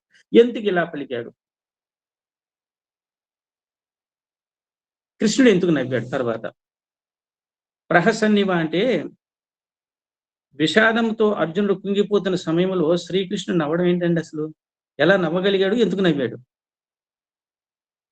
అర్జునుని దుఃఖానికి కారణమే లేదని అచ్యుతునికి తెలుసు, కానీ విషాద సన్నివేశంలో ఎవ్వరూ నవ్వలేరు. కానీ ప్రహసన్నివ అంటే హసన్ అంటే నవ్వుచడం, ప్రహసన్ అంటే చక్కగా నవ్వడం అంటారు. అజ్ఞాన స్థితి అందున్న వారిని చూచి వారి చేష్టలను పరికించితే జ్ఞానులకు నవ్వు వస్తుంది. అజ్ఞాన స్థితిలో ఉన్న వాళ్ళని చూసిన తర్వాత జ్ఞానులకి నవ్వు వస్తుంది అనమాట. అంటే జ్ఞాని పరిపక్వత ఉంది, అజ్ఞానికి పరిపక్వత లేదు కాబట్టి నవ్వుకుంటారు అనమాట వాళ్ళని చూసి. ఇది ఏంటంటే ఒక చిన్నపిల్లవాడు ఉన్నాడు అనుకోండి, మన అరటిపూట తోలు తీసుకు తింటాం, చిన్నపిల్లవాడు తొక్క తీయకుండా తింటాడు. అప్పుడు ఏంటంటే మనం ఏం నవ్వుతాం అని చూసి, ఈ తొక్క తీయకుండా తింటున్నాడు అంటే వాడికి తెలియదు అని చెప్పేసి ఆ స్థితిలో ఉన్నాడని అర్జునుడు నవ్వాడు అనమాట. అది ఇంకోటి ఏంటంటే రీజన్ 1 ఏంటంటే ధర్మ సూక్ష్మం తెలియనందున అర్జునుని పరిస్థితి అయోమయంగా ఉండెను, శోకము కలిగించెను. ధర్మ రహస్యం ఎరిగిన శ్రీకృష్ణుడికి కూడా అది ఒక నవ్వులాటగా. ధర్మ సూక్ష్మం తెలియదు కాబట్టి ఆయన అలా ఉన్నాడు. ధర్మ సూక్ష్మం తెలుసు కాబట్టి శ్రీకృష్ణుడికి కొంచెం చిరునవ్వులు చిందించాడంట. అంటే చంటి పిల్లవాని అమాయక చేష్టలను చూసి తండ్రి నవ్వినట్లు అజ్ఞానుల చర్యలకి జ్ఞానులు అజ్ఞానుల చర్యలు జ్ఞానులకి ఏం చేస్తారంటే హాస్యాస్పదాలుగా కనపడతాయి అన్నమాట. అంటే విషీదంతమిదం అంటే ఒకరి ముఖమునందు విషాద ఛాయలు మరి ఒకరి ముఖమునందు ఆనంద ఛాయ, ఇదే అజ్ఞానికి జ్ఞానికి గల భేదం. అజ్ఞాని ఎప్పుడు కూడా ఏంటంటే చిరునవ్వులు చిందిస్తూ ఉంటాడు అనమాట. ఆయన అజ్ఞాని ఎప్పుడు కూడా విషాదంలో ఉంటాడు అనమాట. కాబట్టి 7వ శ్లోకంలో నేను ఈ శిష్యుడిని, నీవే నాకు శరణ్యం, నన్ను శాసించు అంటూ అర్జునుడు శ్రీకృష్ణుడి శరణాగతి అయ్యి కూడా శ్రేయస్సు నిశ్చయించి చెప్పమన్నాడు. కానీ చేయడానికి శిష్యుడిగా తాను సిద్ధమన్నాడు, శాసించి మరీ చెప్పమన్నాడు. కానీ శ్రీకృష్ణుడు గురువుగా ఏమి చెబుతాడో వినకుండానే నేను యుద్ధము చేయను నయోత్స్య అని 9వ శ్లోకం అనేశాడు. కారణం ఒకవైపు చెప్పమంటాడు, మరోవైపు చేయనంటాడు. ఈ విరుద్ధ భాషను వినే డబుల్ స్టాండర్డ్స్ వాసుదేవునికి నవ్వు తెప్పించాయి. ఇక్కడికి ఇది అయిపోయిందండి. అయితే ఇక్కడి నుంచి మంగళ గడియలు మనకు స్టార్ట్ అయింది. మంగళ గడియలు అంటే ఏంటంటే శుభ సమయం ఆసన్నమైంది. అది అక్కడ కృష్ణుడు నవ్వడానికి కూడా అదొక కారణం ఉందన్నమాట. ఏంటంటే అర్జున, నీ ఏడుపు ఏదైనా కానీ ఒక నీ ఏడుపు ఏదైనా కానీ అందరి ఏడుపులను రూపుమాపే వేడుకను ఆవిష్కరించే మంగళ గడియలు అర్జించే. అర్జున ఎలాగన్నా ఏడు, కానీ భవిష్యత్తులో అందరి ఏడుపులని రూపుమాపే వేడుక ఒకటి ఆవిష్కృతం అవ్వబోతుంది. కాబట్టి అనే ఆనందంలో కూడా చక్కగా ఈ వైరాగ్య స్థితికి వచ్చాడు. ఇంకా తీవ్ర వైరాగ్యం ఉన్నాడు కాబట్టి వీడికి ఆత్మజ్ఞాన బోధ మనం చేయొచ్చు అని చెప్పేసి ఈ ఒక్కడి ఏడుపు ఎలా ఉన్నా కానీ ప్రపంచంలో భవిష్యత్తులో రాబోయే తరాల అందరి కూడా ఏడుపులని రూపుమాపే యొక్క విధానానికి ఒక వేదిక తయారవుతుంది గీతా బోధ ద్వారా, గీతా గ్రంథం ద్వారా అని చెప్పేసి ఆనందంతో మానవుడు మందహాసం చిందించాడేమో అని స్వామి సుందర చిత్తంజి కామెంట్ చేశారనమాట. అంటే ఇక్కడ మొగలవాడు నవ్వాడు అంటే ముజ్జగాలను నవ్వించే ప్రయత్నములు చిదానంద స్వరూపుడు చిద్విలాసముతో చిరునవ్వులు చిందించాడు. అది ఇక ముజ్జగాలుగా మేలు చేసే సంకల్పం చేశాడు. కాబట్టి ఏడుపుకు వీడ్కోలు పలకమన్నాడు. కాబట్టి ఇక మనం గీతా భవనంలోకి ప్రవేశిద్దాం. ఓం నమో భగవతే వాసుదేవాయ. ఇది ద్వాదశాక్షరి మంత్రం అన్నమాట. ఓం నమో భగవతే వాసుదేవాయ.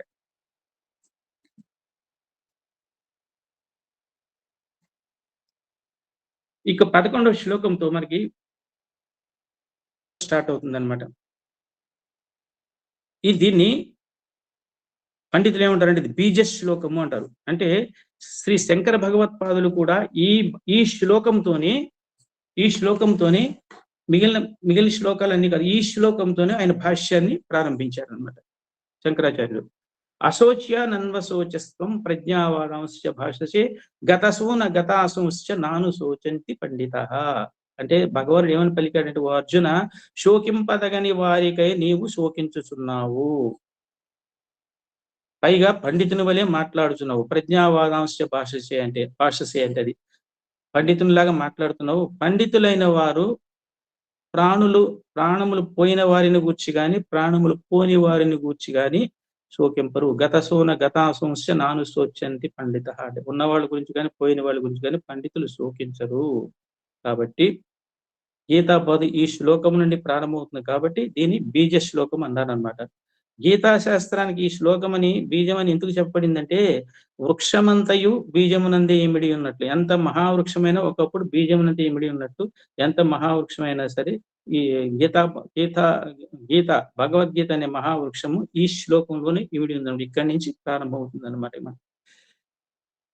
అంటే దుఃఖింపదగింది లేదు అనేది గీతోపదేశానికి బీజం అని అర్థం చేసుకోవాలి. అశోచ్యానన్వ శోచస్వం, దుఃఖింపదగిన పని లేదు అనేది అక్కడితో స్టార్ట్ అయింది అనమాట. మనకి గీతా ప్రబోధం అశోచ్యాన్ అనే పదంతో ప్రారంభం అయ్యి 18వ అధ్యాయము చివరి అధ్యాయంలో 66వ శ్లోకంలో మా శుచః అను పదంతో అంతమైంది.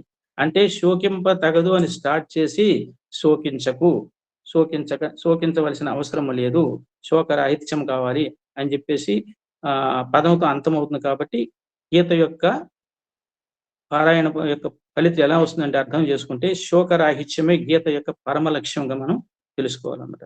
కాబట్టి ఉభయ సేనల మధ్య దుఃఖిస్తున్నాడు అర్జునుడు. శ్రీకృష్ణుడు చూశాడు. ఏడవకు అర్జున అని చెప్పలేదు. ఎందుకు ఏడుస్తున్నావు అని అడగలేదు. ఏడుపు నీకు తగినదేనా అని అడుగుతున్నాడు కదండి. దుఃఖింపదగిన దానికోసమే దుఃఖిస్తున్నావా అని ప్రశ్నించాడు. అయితే ఇక్కడ చాలా మంది కుహనా పండితులు ఒక ధర్మ సందేహం లేపారు. ఏంటంటే గీత అంతా కూడా 11వ శ్లోకంతో ప్రారంభమైంది అంటున్నారు కదా.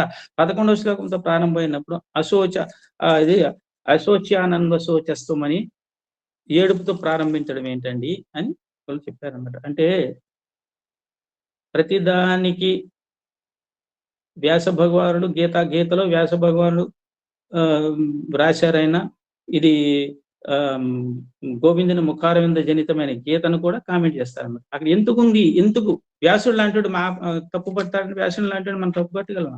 కానీ అశోచ్యానని ఎందుకు స్టార్ట్ చేశారండి ఏడుపుతోను అని అంటే దానికి అర్థం ఏంటంటే అక్షరాణం అకారోష్మి అని గీతాచార్యుడు చెప్పాడు. విభూతి యోగంలో 33వ శ్లోకం. అక్షరాణం అకారోష్మి అని చెప్పాడు. అంటే అక్షరములలో తాను అకారము. లో భగవంతుడు ఎవరు? శ్రీ మహావిష్ణువు అకారము అని గీత విభూతి యోగంలో చెప్పాడు అచ్యుతుడు. కనుక భగవంతుడైన శ్రీకృష్ణుడు తన స్వరూపమైన అక్షరంతో ప్రారంభించడం చేత ఈ శ్లోకం మంగళకరము, గీతకు కూడా మంగళాచరణం చక్కగా అయిపోయింది. కాబట్టి అజ్ఞానజనితమైన శోకమోహాల నుండి విడిపడాలంటే ఆత్మజ్ఞానమే ఏకైక మార్గమని తలంచి శ్రీకృష్ణుడు అశోచ్యాన్ అంటూ ఆత్మ యొక్క నిత్యతత్వాన్ని ప్రబోధించడానికి ఉపక్రమించాడని మనం అర్థం చేసుకోవాలి. కాబట్టి ఇందాక చెప్పాను మీకు తత్వం అసి ఈ 3 పదాలకు విపుల వ్యాఖ్యానమే భగవద్గీత అని మనం అర్థం చేసుకోవాలి. అయితే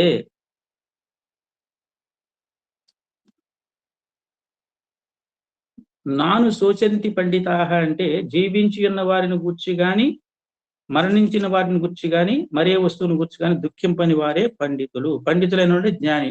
పండితులు అంటే శాస్త్రాలు చదివిన వాళ్ళు కాదు. పండితుడు అంటే ఆత్మజ్ఞానం ఉన్నవాడు అనమాట. ఆయన పరమాత్మ స్వరూపాన్ని తత్వంగా పరమాత్మ తత్వాన్ని జీర్ణింపజేసుకున్న జ్ఞానులు ఏం చేస్తారంటే ఉన్న వాళ్ళ గురించి దుఃఖించరు, పోయిన వాళ్ళ గురించి దుఃఖించరు. వాళ్ళ కాన్సెప్ట్ ఏంటంటే ఎవడు పోవట్లేదు, ఎవడు ఉండట్లేదు, పోయేది దేహాలే, కాలిపోయేది. కానీ ఆత్మ ఎప్పుడు కూడా ఒక దేహం పోగానే ఇంకో దేహంలో ప్రవేశిస్తుందని మనం ముందులో చెప్పుకుంటాం అనమాట. కాబట్టి శ్లోకం 12 ఏం చేస్తాడంటే ఆత్మ యొక్క శాశ్వత తత్వాన్ని చెప్తున్నాడు శ్రీకృష్ణుడు. నత్వేవాహం జాతునాసం నత్వం నేమే జనాధిప నచైవ న భవిష్యామః సర్వే యమతః పరం. అర్జున, నేను కాని నీవు కాని ఈ రాజులు గాని, అంటే ఈ రాజులు అంటే యుద్ధ భూమి అందున్న రాజులు, ఒకప్పుడు లేని వారము కాము, ముందున్నూ లేకపోవు వారము కాము, ఇక మీదట మనందరము లేకపోవటం అంతయే లేదు. ఆత్మ శాశ్వతము, అది అన్ని కాలాల యందు ఉండును. శరీర పతనముతో అది నశించున్నది కాదు. అంటే శరీరం నశిస్తుంది, శరీరి నశించడు. శరీరం అంటే ఆత్మ అంటారు. అంటే ఈ శ్లోకం ద్వారా భగవానుడు తత్వమసి అనే మహావాక్యాన్ని 4 వాక్యాలు కొన్ని 4 మహావాక్యాలు ఈ తత్వమసి అనే మహావాక్యాన్ని ఉపదేశం చేస్తున్నాడు అనమాట. నేను, నీవు, సమస్త జీవులు అందరూ శాశ్వత స్వరూపులే అని ఘోషించుచున్నారు. జీవుని శివుణ్ణి ఒకే వేదికపై సమాన స్థాయిలో ఇతర భగవానుడు ఏం చేస్తున్నాడంటే కూర్చోబెట్టాడు, జీవుణ్ణి శివుణ్ణి కూడా. అంటే ఇది పరమరహస్యము, ఆధ్యాత్మ తత్వము, బ్రహ్మజ్ఞానం యొక్క సారాంశం కూడా ఇదియే. కాబట్టి ఈ ఆత్మ అనేది విశ్వమంతా వ్యాపించి ఉంది. ఎలా ఉందంటే అక్కడక్కడ ఈ ఆత్మ ఏం చేస్తుందంటే అక్కడక్కడ దేహాలనే వేషాలతో కొంతకాలం కనిపిస్తుంది. దేహాలనే వేషాలతో ఆ దేహం ముందుండదు, కనపడుతుంది, మళ్ళీ కొంతకాలం నశిస్తుంది అనమాట. అంటే అక్కడక్కడ దేహాలనే వేషాలతో ఉంటుందన్నమాట ఆత్మ. అంటే ఇది మా ఆత్మ అంటే మనకే అనుకోకండి, జంతువులు, కీటకాలు మొదలకు వాటి అవి కూడా వచ్చు. అంటే మొత్తం 84 లక్షల జీవరాశులు కూడా ఆత్మ చైతన్యం కలిగిన పరమాత్మ స్వరూపాలే. అయితే ఎందుకు 84 లక్షల జీవరాశులు? మనిషి ఒక్కడే ఉంటే చాలు కదా. అంటే మనిషి ఎటువంటి వాడు? మనిషి యొక్క కర్మ, ఆడి చేసిన కర్మ ఫలితాలను బట్టి వాడు ఉపాధిని వాడే కోరుకుంటాడు, వాడు ఎవరికి పుట్టాలో వాడే కోరుకుంటాడు. కాబట్టి ఈ 84 లక్షల జీవరాశుల్లో ఏ ఉపాధి వాడి సూట్ అవుతుంది భగవంతుడు నిర్ణయించాడు అంటారు, కానీ వీడే నిర్ణయించుకుంటాడంట. నేను ఇంత కర్మ చేశాను, నన్ను పాములకు పుట్టించు అని చెప్పేసి. ఇలాగూ 84 లక్షల జీవరాశుల్లో కూడా ఏ ఒక్కటి కూడా ప్రపంచానికి, ప్రకృతికి హాని చేసేది లేదు, ఎక్సెప్ట్ హ్యూమన్ బీయింగ్ అన్నమాట. అయితే ఈ ప్రాణులు ఇట్లా ఈ జంతువు ఏ క్రిమి కీటకాదులు అన్నీ కూడా అంటే స్థావర జంగమాలు అన్నీ కూడా ఇవన్నీ ఒకే ఆత్మ యొక్క రూపాలని మనం తెలుసుకోవాలి. ఇప్పుడు చూడండి చక్కని ఉపమానం, కుండ ఉన్నది మట్టి ఉన్నది, కుండ ఉన్నది మట్టి ఉన్నది. కుండ ముందు లేదు, తయారైతే వచ్చింది, తర్వాత పగిలిపోతుంది. కుండ ఉంది, మధ్యలో కుండ తయారయ్యింది, ముందులో లేదు, ఆది లేదు, దానికి ఆది ఉన్నది, ఉంది కుండ, మధ్యలో కొంతకాలం ఉంది, పగిలిపోయిన తర్వాత కుండ లేదు. అంటే మధ్యలో ఇక కుండ పోయినా సరే, పోయినా సరే ఉండేది ఏంటి? మట్టి శాశ్వతం అనమాట. అలాగే కుండ పుట్టింది కనుక దానికి ఆది ఉంది, ఆది ఉంది కనుక అంతము ఉంటుంది. ఇక్కడ కొంచెం ఆత్మతత్వం అండి కొద్దిగా మనం కొంచెం కొద్దిగా మనం ఎందుకంటే కొద్దిగా మనం ఏకాగ్రత చూపించకపోతే అర్థం కాదు. ఎందుకంటే ఇది కానీ పూర్తిగా మీకు కొంచెం కన్ఫ్యూజన్ ఎక్కడైనా ఉంటే అగైన్ మీరు రికార్డెడ్ వీడియో వచ్చినప్పుడు మళ్ళీ ఒకసారి వినండి. కుండ పుట్టింది కనుక దానికి ఆది ఉంది, ఆది ఉంది కనుక అంతము ఉంటుంది. దేనికైతే ఆది ఉంటుందో దానికే అంతం ఉంటుంది. పరమాత్మకి ఆది మధ్యాంత రహితుడు పరమాత్మ అని తెలుసుకోవాలి. తయారు కాకముందు కుండ లేదు, పగిలిన తర్వాత కూడా కుండ ఉండకపోదు. అంటే దేహం యొక్క పరిస్థితి కూడా ఇదే. జనే పూర్వం అపి మృతే తథాపి దేహ నాస్తి, జనే పూర్వం అపి మృతే తథాపి దేహ నాస్తి అని. మట్టి అన్ని కాలాల్లోనూ ఉంటుంది, కుండ పోయినా సరే. కాబట్టి కుండ అన్ని కాలాల్లో ఉండదు, కానీ మట్టి లేని కాలమే లేదు. దేహాలు ఎప్పుడూ ఉండవు, కానీ ఆత్మ లేని కాలమే లేదు. కాలం లేకపోయినా ఆత్మ ఉంటుంది, అదే ఆత్మ యొక్క కాలాతీత స్థితి. మనం అష్టోత్తరంలో కూడా చదువుతాం, కాలాతీత అని చెప్పి చదువుతాం మనం. నిత్యం అంటే అదే. కనుక ఆత్మ నిత్యము, నిత్యమైన ఆత్మ నశిస్తుందా? నశించదు. మరి దుఃఖం దేనికి? అందుకే అశోచ్యానంద శోచస్వం. కాబట్టి సర్వభూతాంతరాత్మ, అన్ని దేహాలలో ఉన్న ఆత్మ ఒక్కటే. ఎందుకంటే బల్బులు ఉంటాయి, రకరకాల రంగుల్లో ఉంటాయి, రకరకాల సైజుల్లో ఉంటాయి. బల్బు పగిలిపోయింది, పోతుంది, బల్బు పగిలిపోతుంది, కానీ అందులో ఉన్న విద్యుత్ పోతుంది. ఆ బల్బు పగిలిపోగానే విద్యుత్ ఎక్కడికి పోతుంది? విద్యుత్ అలాగే ఉంటుందంట. ఈ విధంగా మనం అర్థం చేసుకోవాలి. కాబట్టి ఒకే పరమేశ్వరుడు సర్వభూతాలలో దాగి ఉన్నాడు, సర్వ జీవులలో ఆత్మస్వరూపంగా శోభిస్తున్నాడు అన్నది ఉపనిషత్తు. కుండ ఉన్నా లేకపోయినా మట్టి ఉంటుంది, మట్టి ఉంటేనే కుండ ఉంటుంది, కానీ కుండ లేకపోయినా మట్టి ఉంటుంది. మట్టి ఉంటేనే కుండ ఉంటుంది, కుండ లేకపోయినా మట్టి ఉంటుంది. బల్బు వెలుగుతూ ఉంది అంటే విద్యుత్తుతో ఉంది అని అర్థం. బల్బు పగిలిపోతే అలాగే విద్యుత్ మట్టికి నశించదు. కాబట్టి మనందరం కూడా నడిచే రథాలు అంటే, నడిచే రథాలు మారుతాయి, నడిపే రథకుడు లోపల మట్టికి ఆత్మస్వరూపుడు మట్టికి మారడు. మనకు చక్కని భగవద్గీత కృష్ణార్జున డైలాగ్ అని సత్యసాయి ట్రస్ట్ వాళ్ళు రిలీజ్ చేసిన బుక్ ఉంది, గీతా ఫర్ యంగ్ అడల్ట్స్. అందులో చెప్పాడండి ఒక ఉదాహరణ. ఆకాశం ఇంకా మీరు చూశారనుకోండి, మేఘాలు ఉంటాయి, రకరకాల ఆకారాల్లో ఉంటాయి మేఘాలు. మేఘాలు కదులుతూ ఉంటాయి, మేఘాలకి మధ్యన ఖాళీ ఉంటుంది. ఏంటనుకుంటున్నాం మనం? ఈ మేఘాలు అనేది ఆత్మ, అంటే నీటి ఆవిరి ఆకాశం అంతా వ్యాపించి ఉన్నట్టు పరమాత్మ ప్రపంచంతో వ్యాపించి ఉన్నాడు. ఈ నీటి ఆవిరి ఏమవుతుందంటే అక్కడక్కడ మేఘాల కింద ఏర్పడింది. అంటే నీటి ఆవిరిలో నుంచి వచ్చినాయి ఈ మేఘాలు. ఈ మేఘాలు ఏం చేస్తుంటాయి? కదులుతూ ఉంటాయి. అంటే బాల్యము, యవ్వనము, కౌమారము, వార్ధక్యం వీళ్ళు కదులుతూ ఉంటాయి, ఆకారాలు మారుతూ ఉంటాయి కదా. మారుతూ ఉంటే మధ్యలో ఖాళీ ఉంటుంది.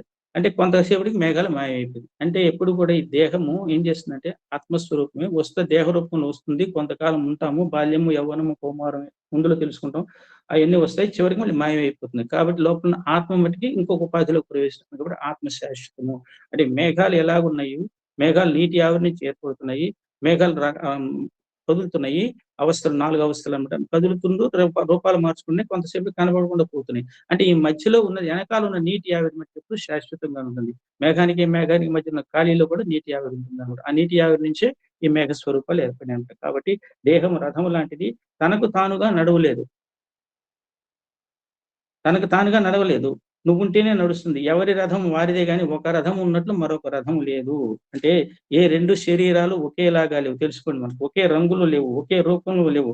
మాటలో భేదం ఉంది, చూపులో తేడా ఉంది, నడకలో వ్యత్యాసం ఉంది. అర్జున, ఈ తారతమ్యం ఎక్కడిది? అందరి శరీరాలు ఒకే విధముగా ఎందుకు ఉండలేదు?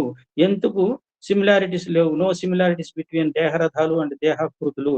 ఎందుకు అంటే ఇదంతా కూడా కర్మ ఫలాలు అని మనం తెలుసుకోవాలి.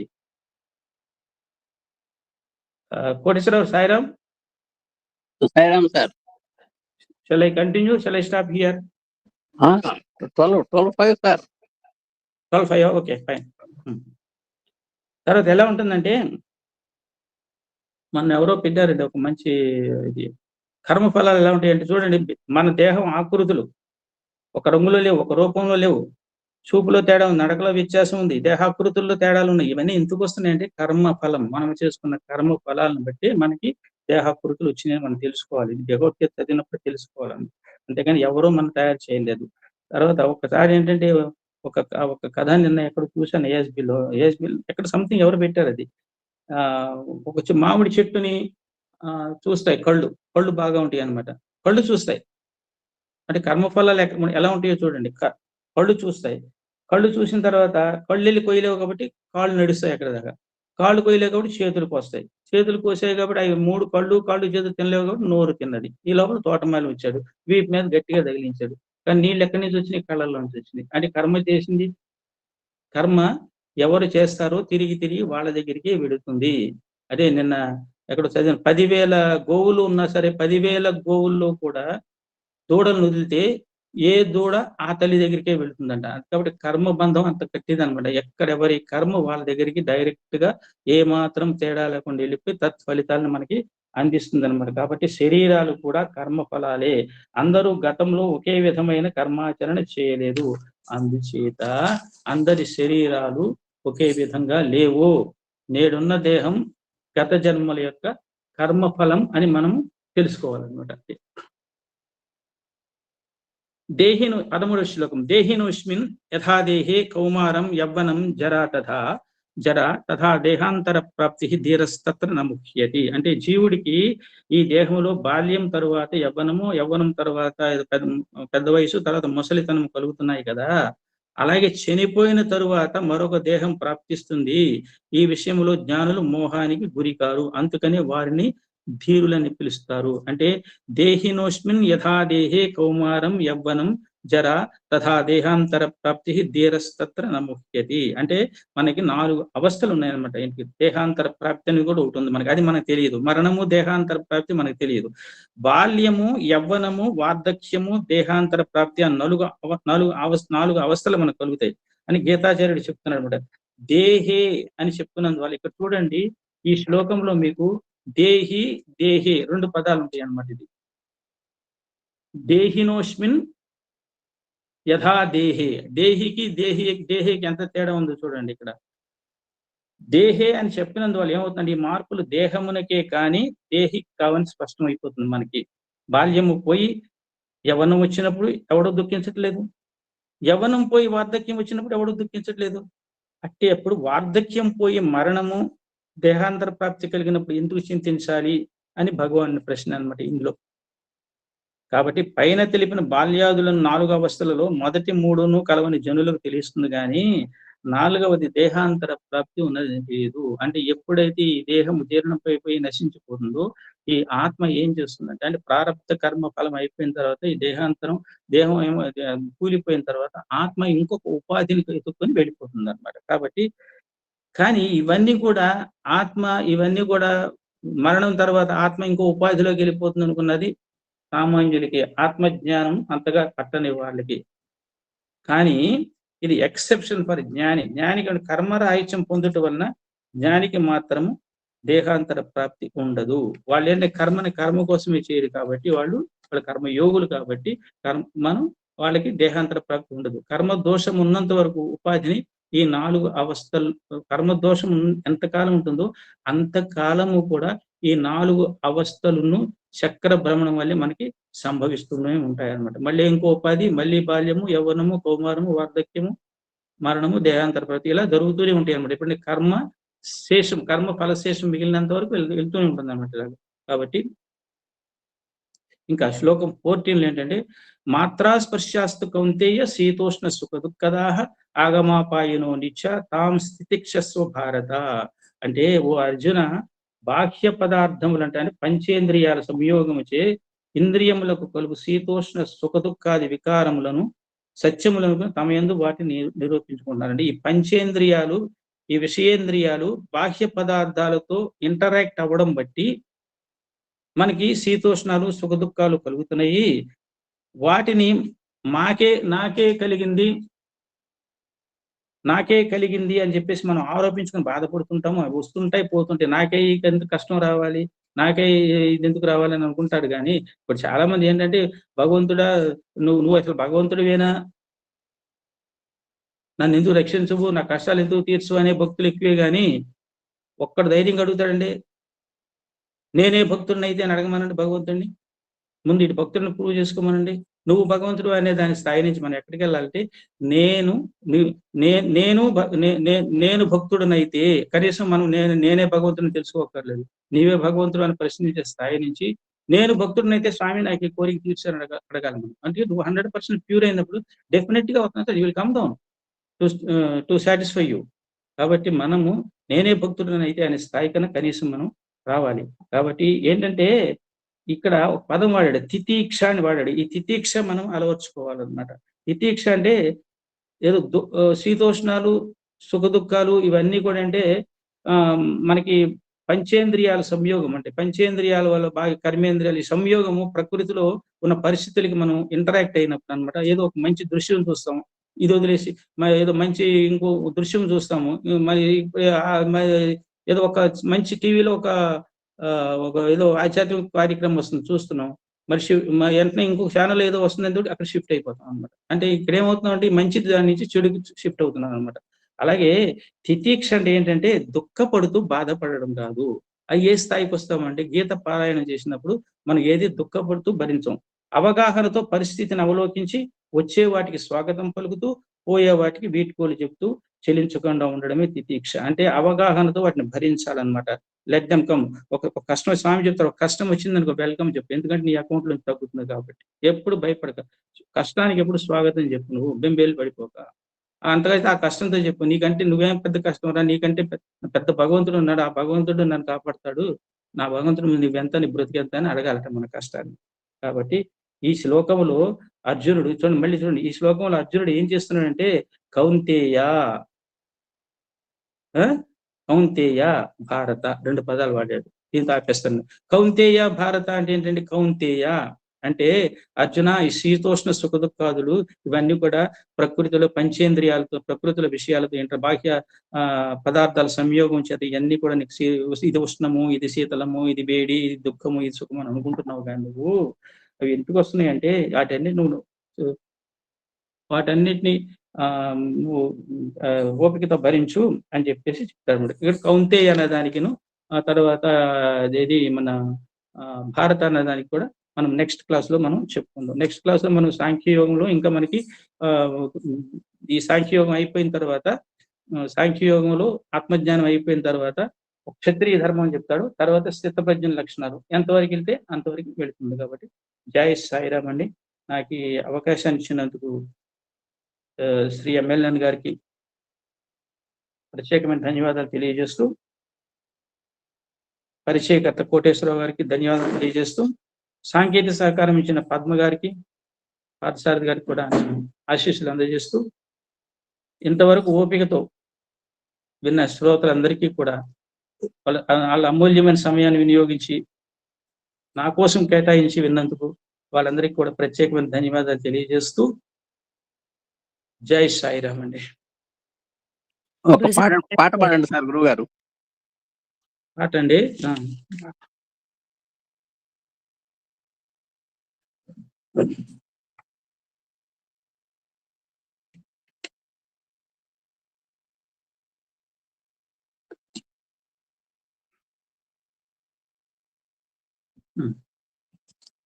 సాయిరామ్ సార్ తీయగానే ఒక పాట వచ్చింది, అది కూడా స్వామి నిర్ణయమే. అది చాలా పాపులర్ సాంగ్, రామలక్ష్మణ్ అనే గాయకులు పాడిన ఎక్సలెంట్ సాంగ్ అని ఉంటుంది. శ్రీ మధుసూదనం గోపి మనోహరం, శ్రీ మధుసూదనం గోపి మనోహరం, అచ్యుతం కేశవం త్రిలోక సుందరం, అచ్యుతం కేశవం త్రిలోక సుందరం, శ్రీ మధుసూదనం గోపి మనోహరం. కమలలోచనం కైవల్యదాయకం కమలలోచనం కైవల్యదాయకం శ్రీధరం మాధవం మోక్షదాయకం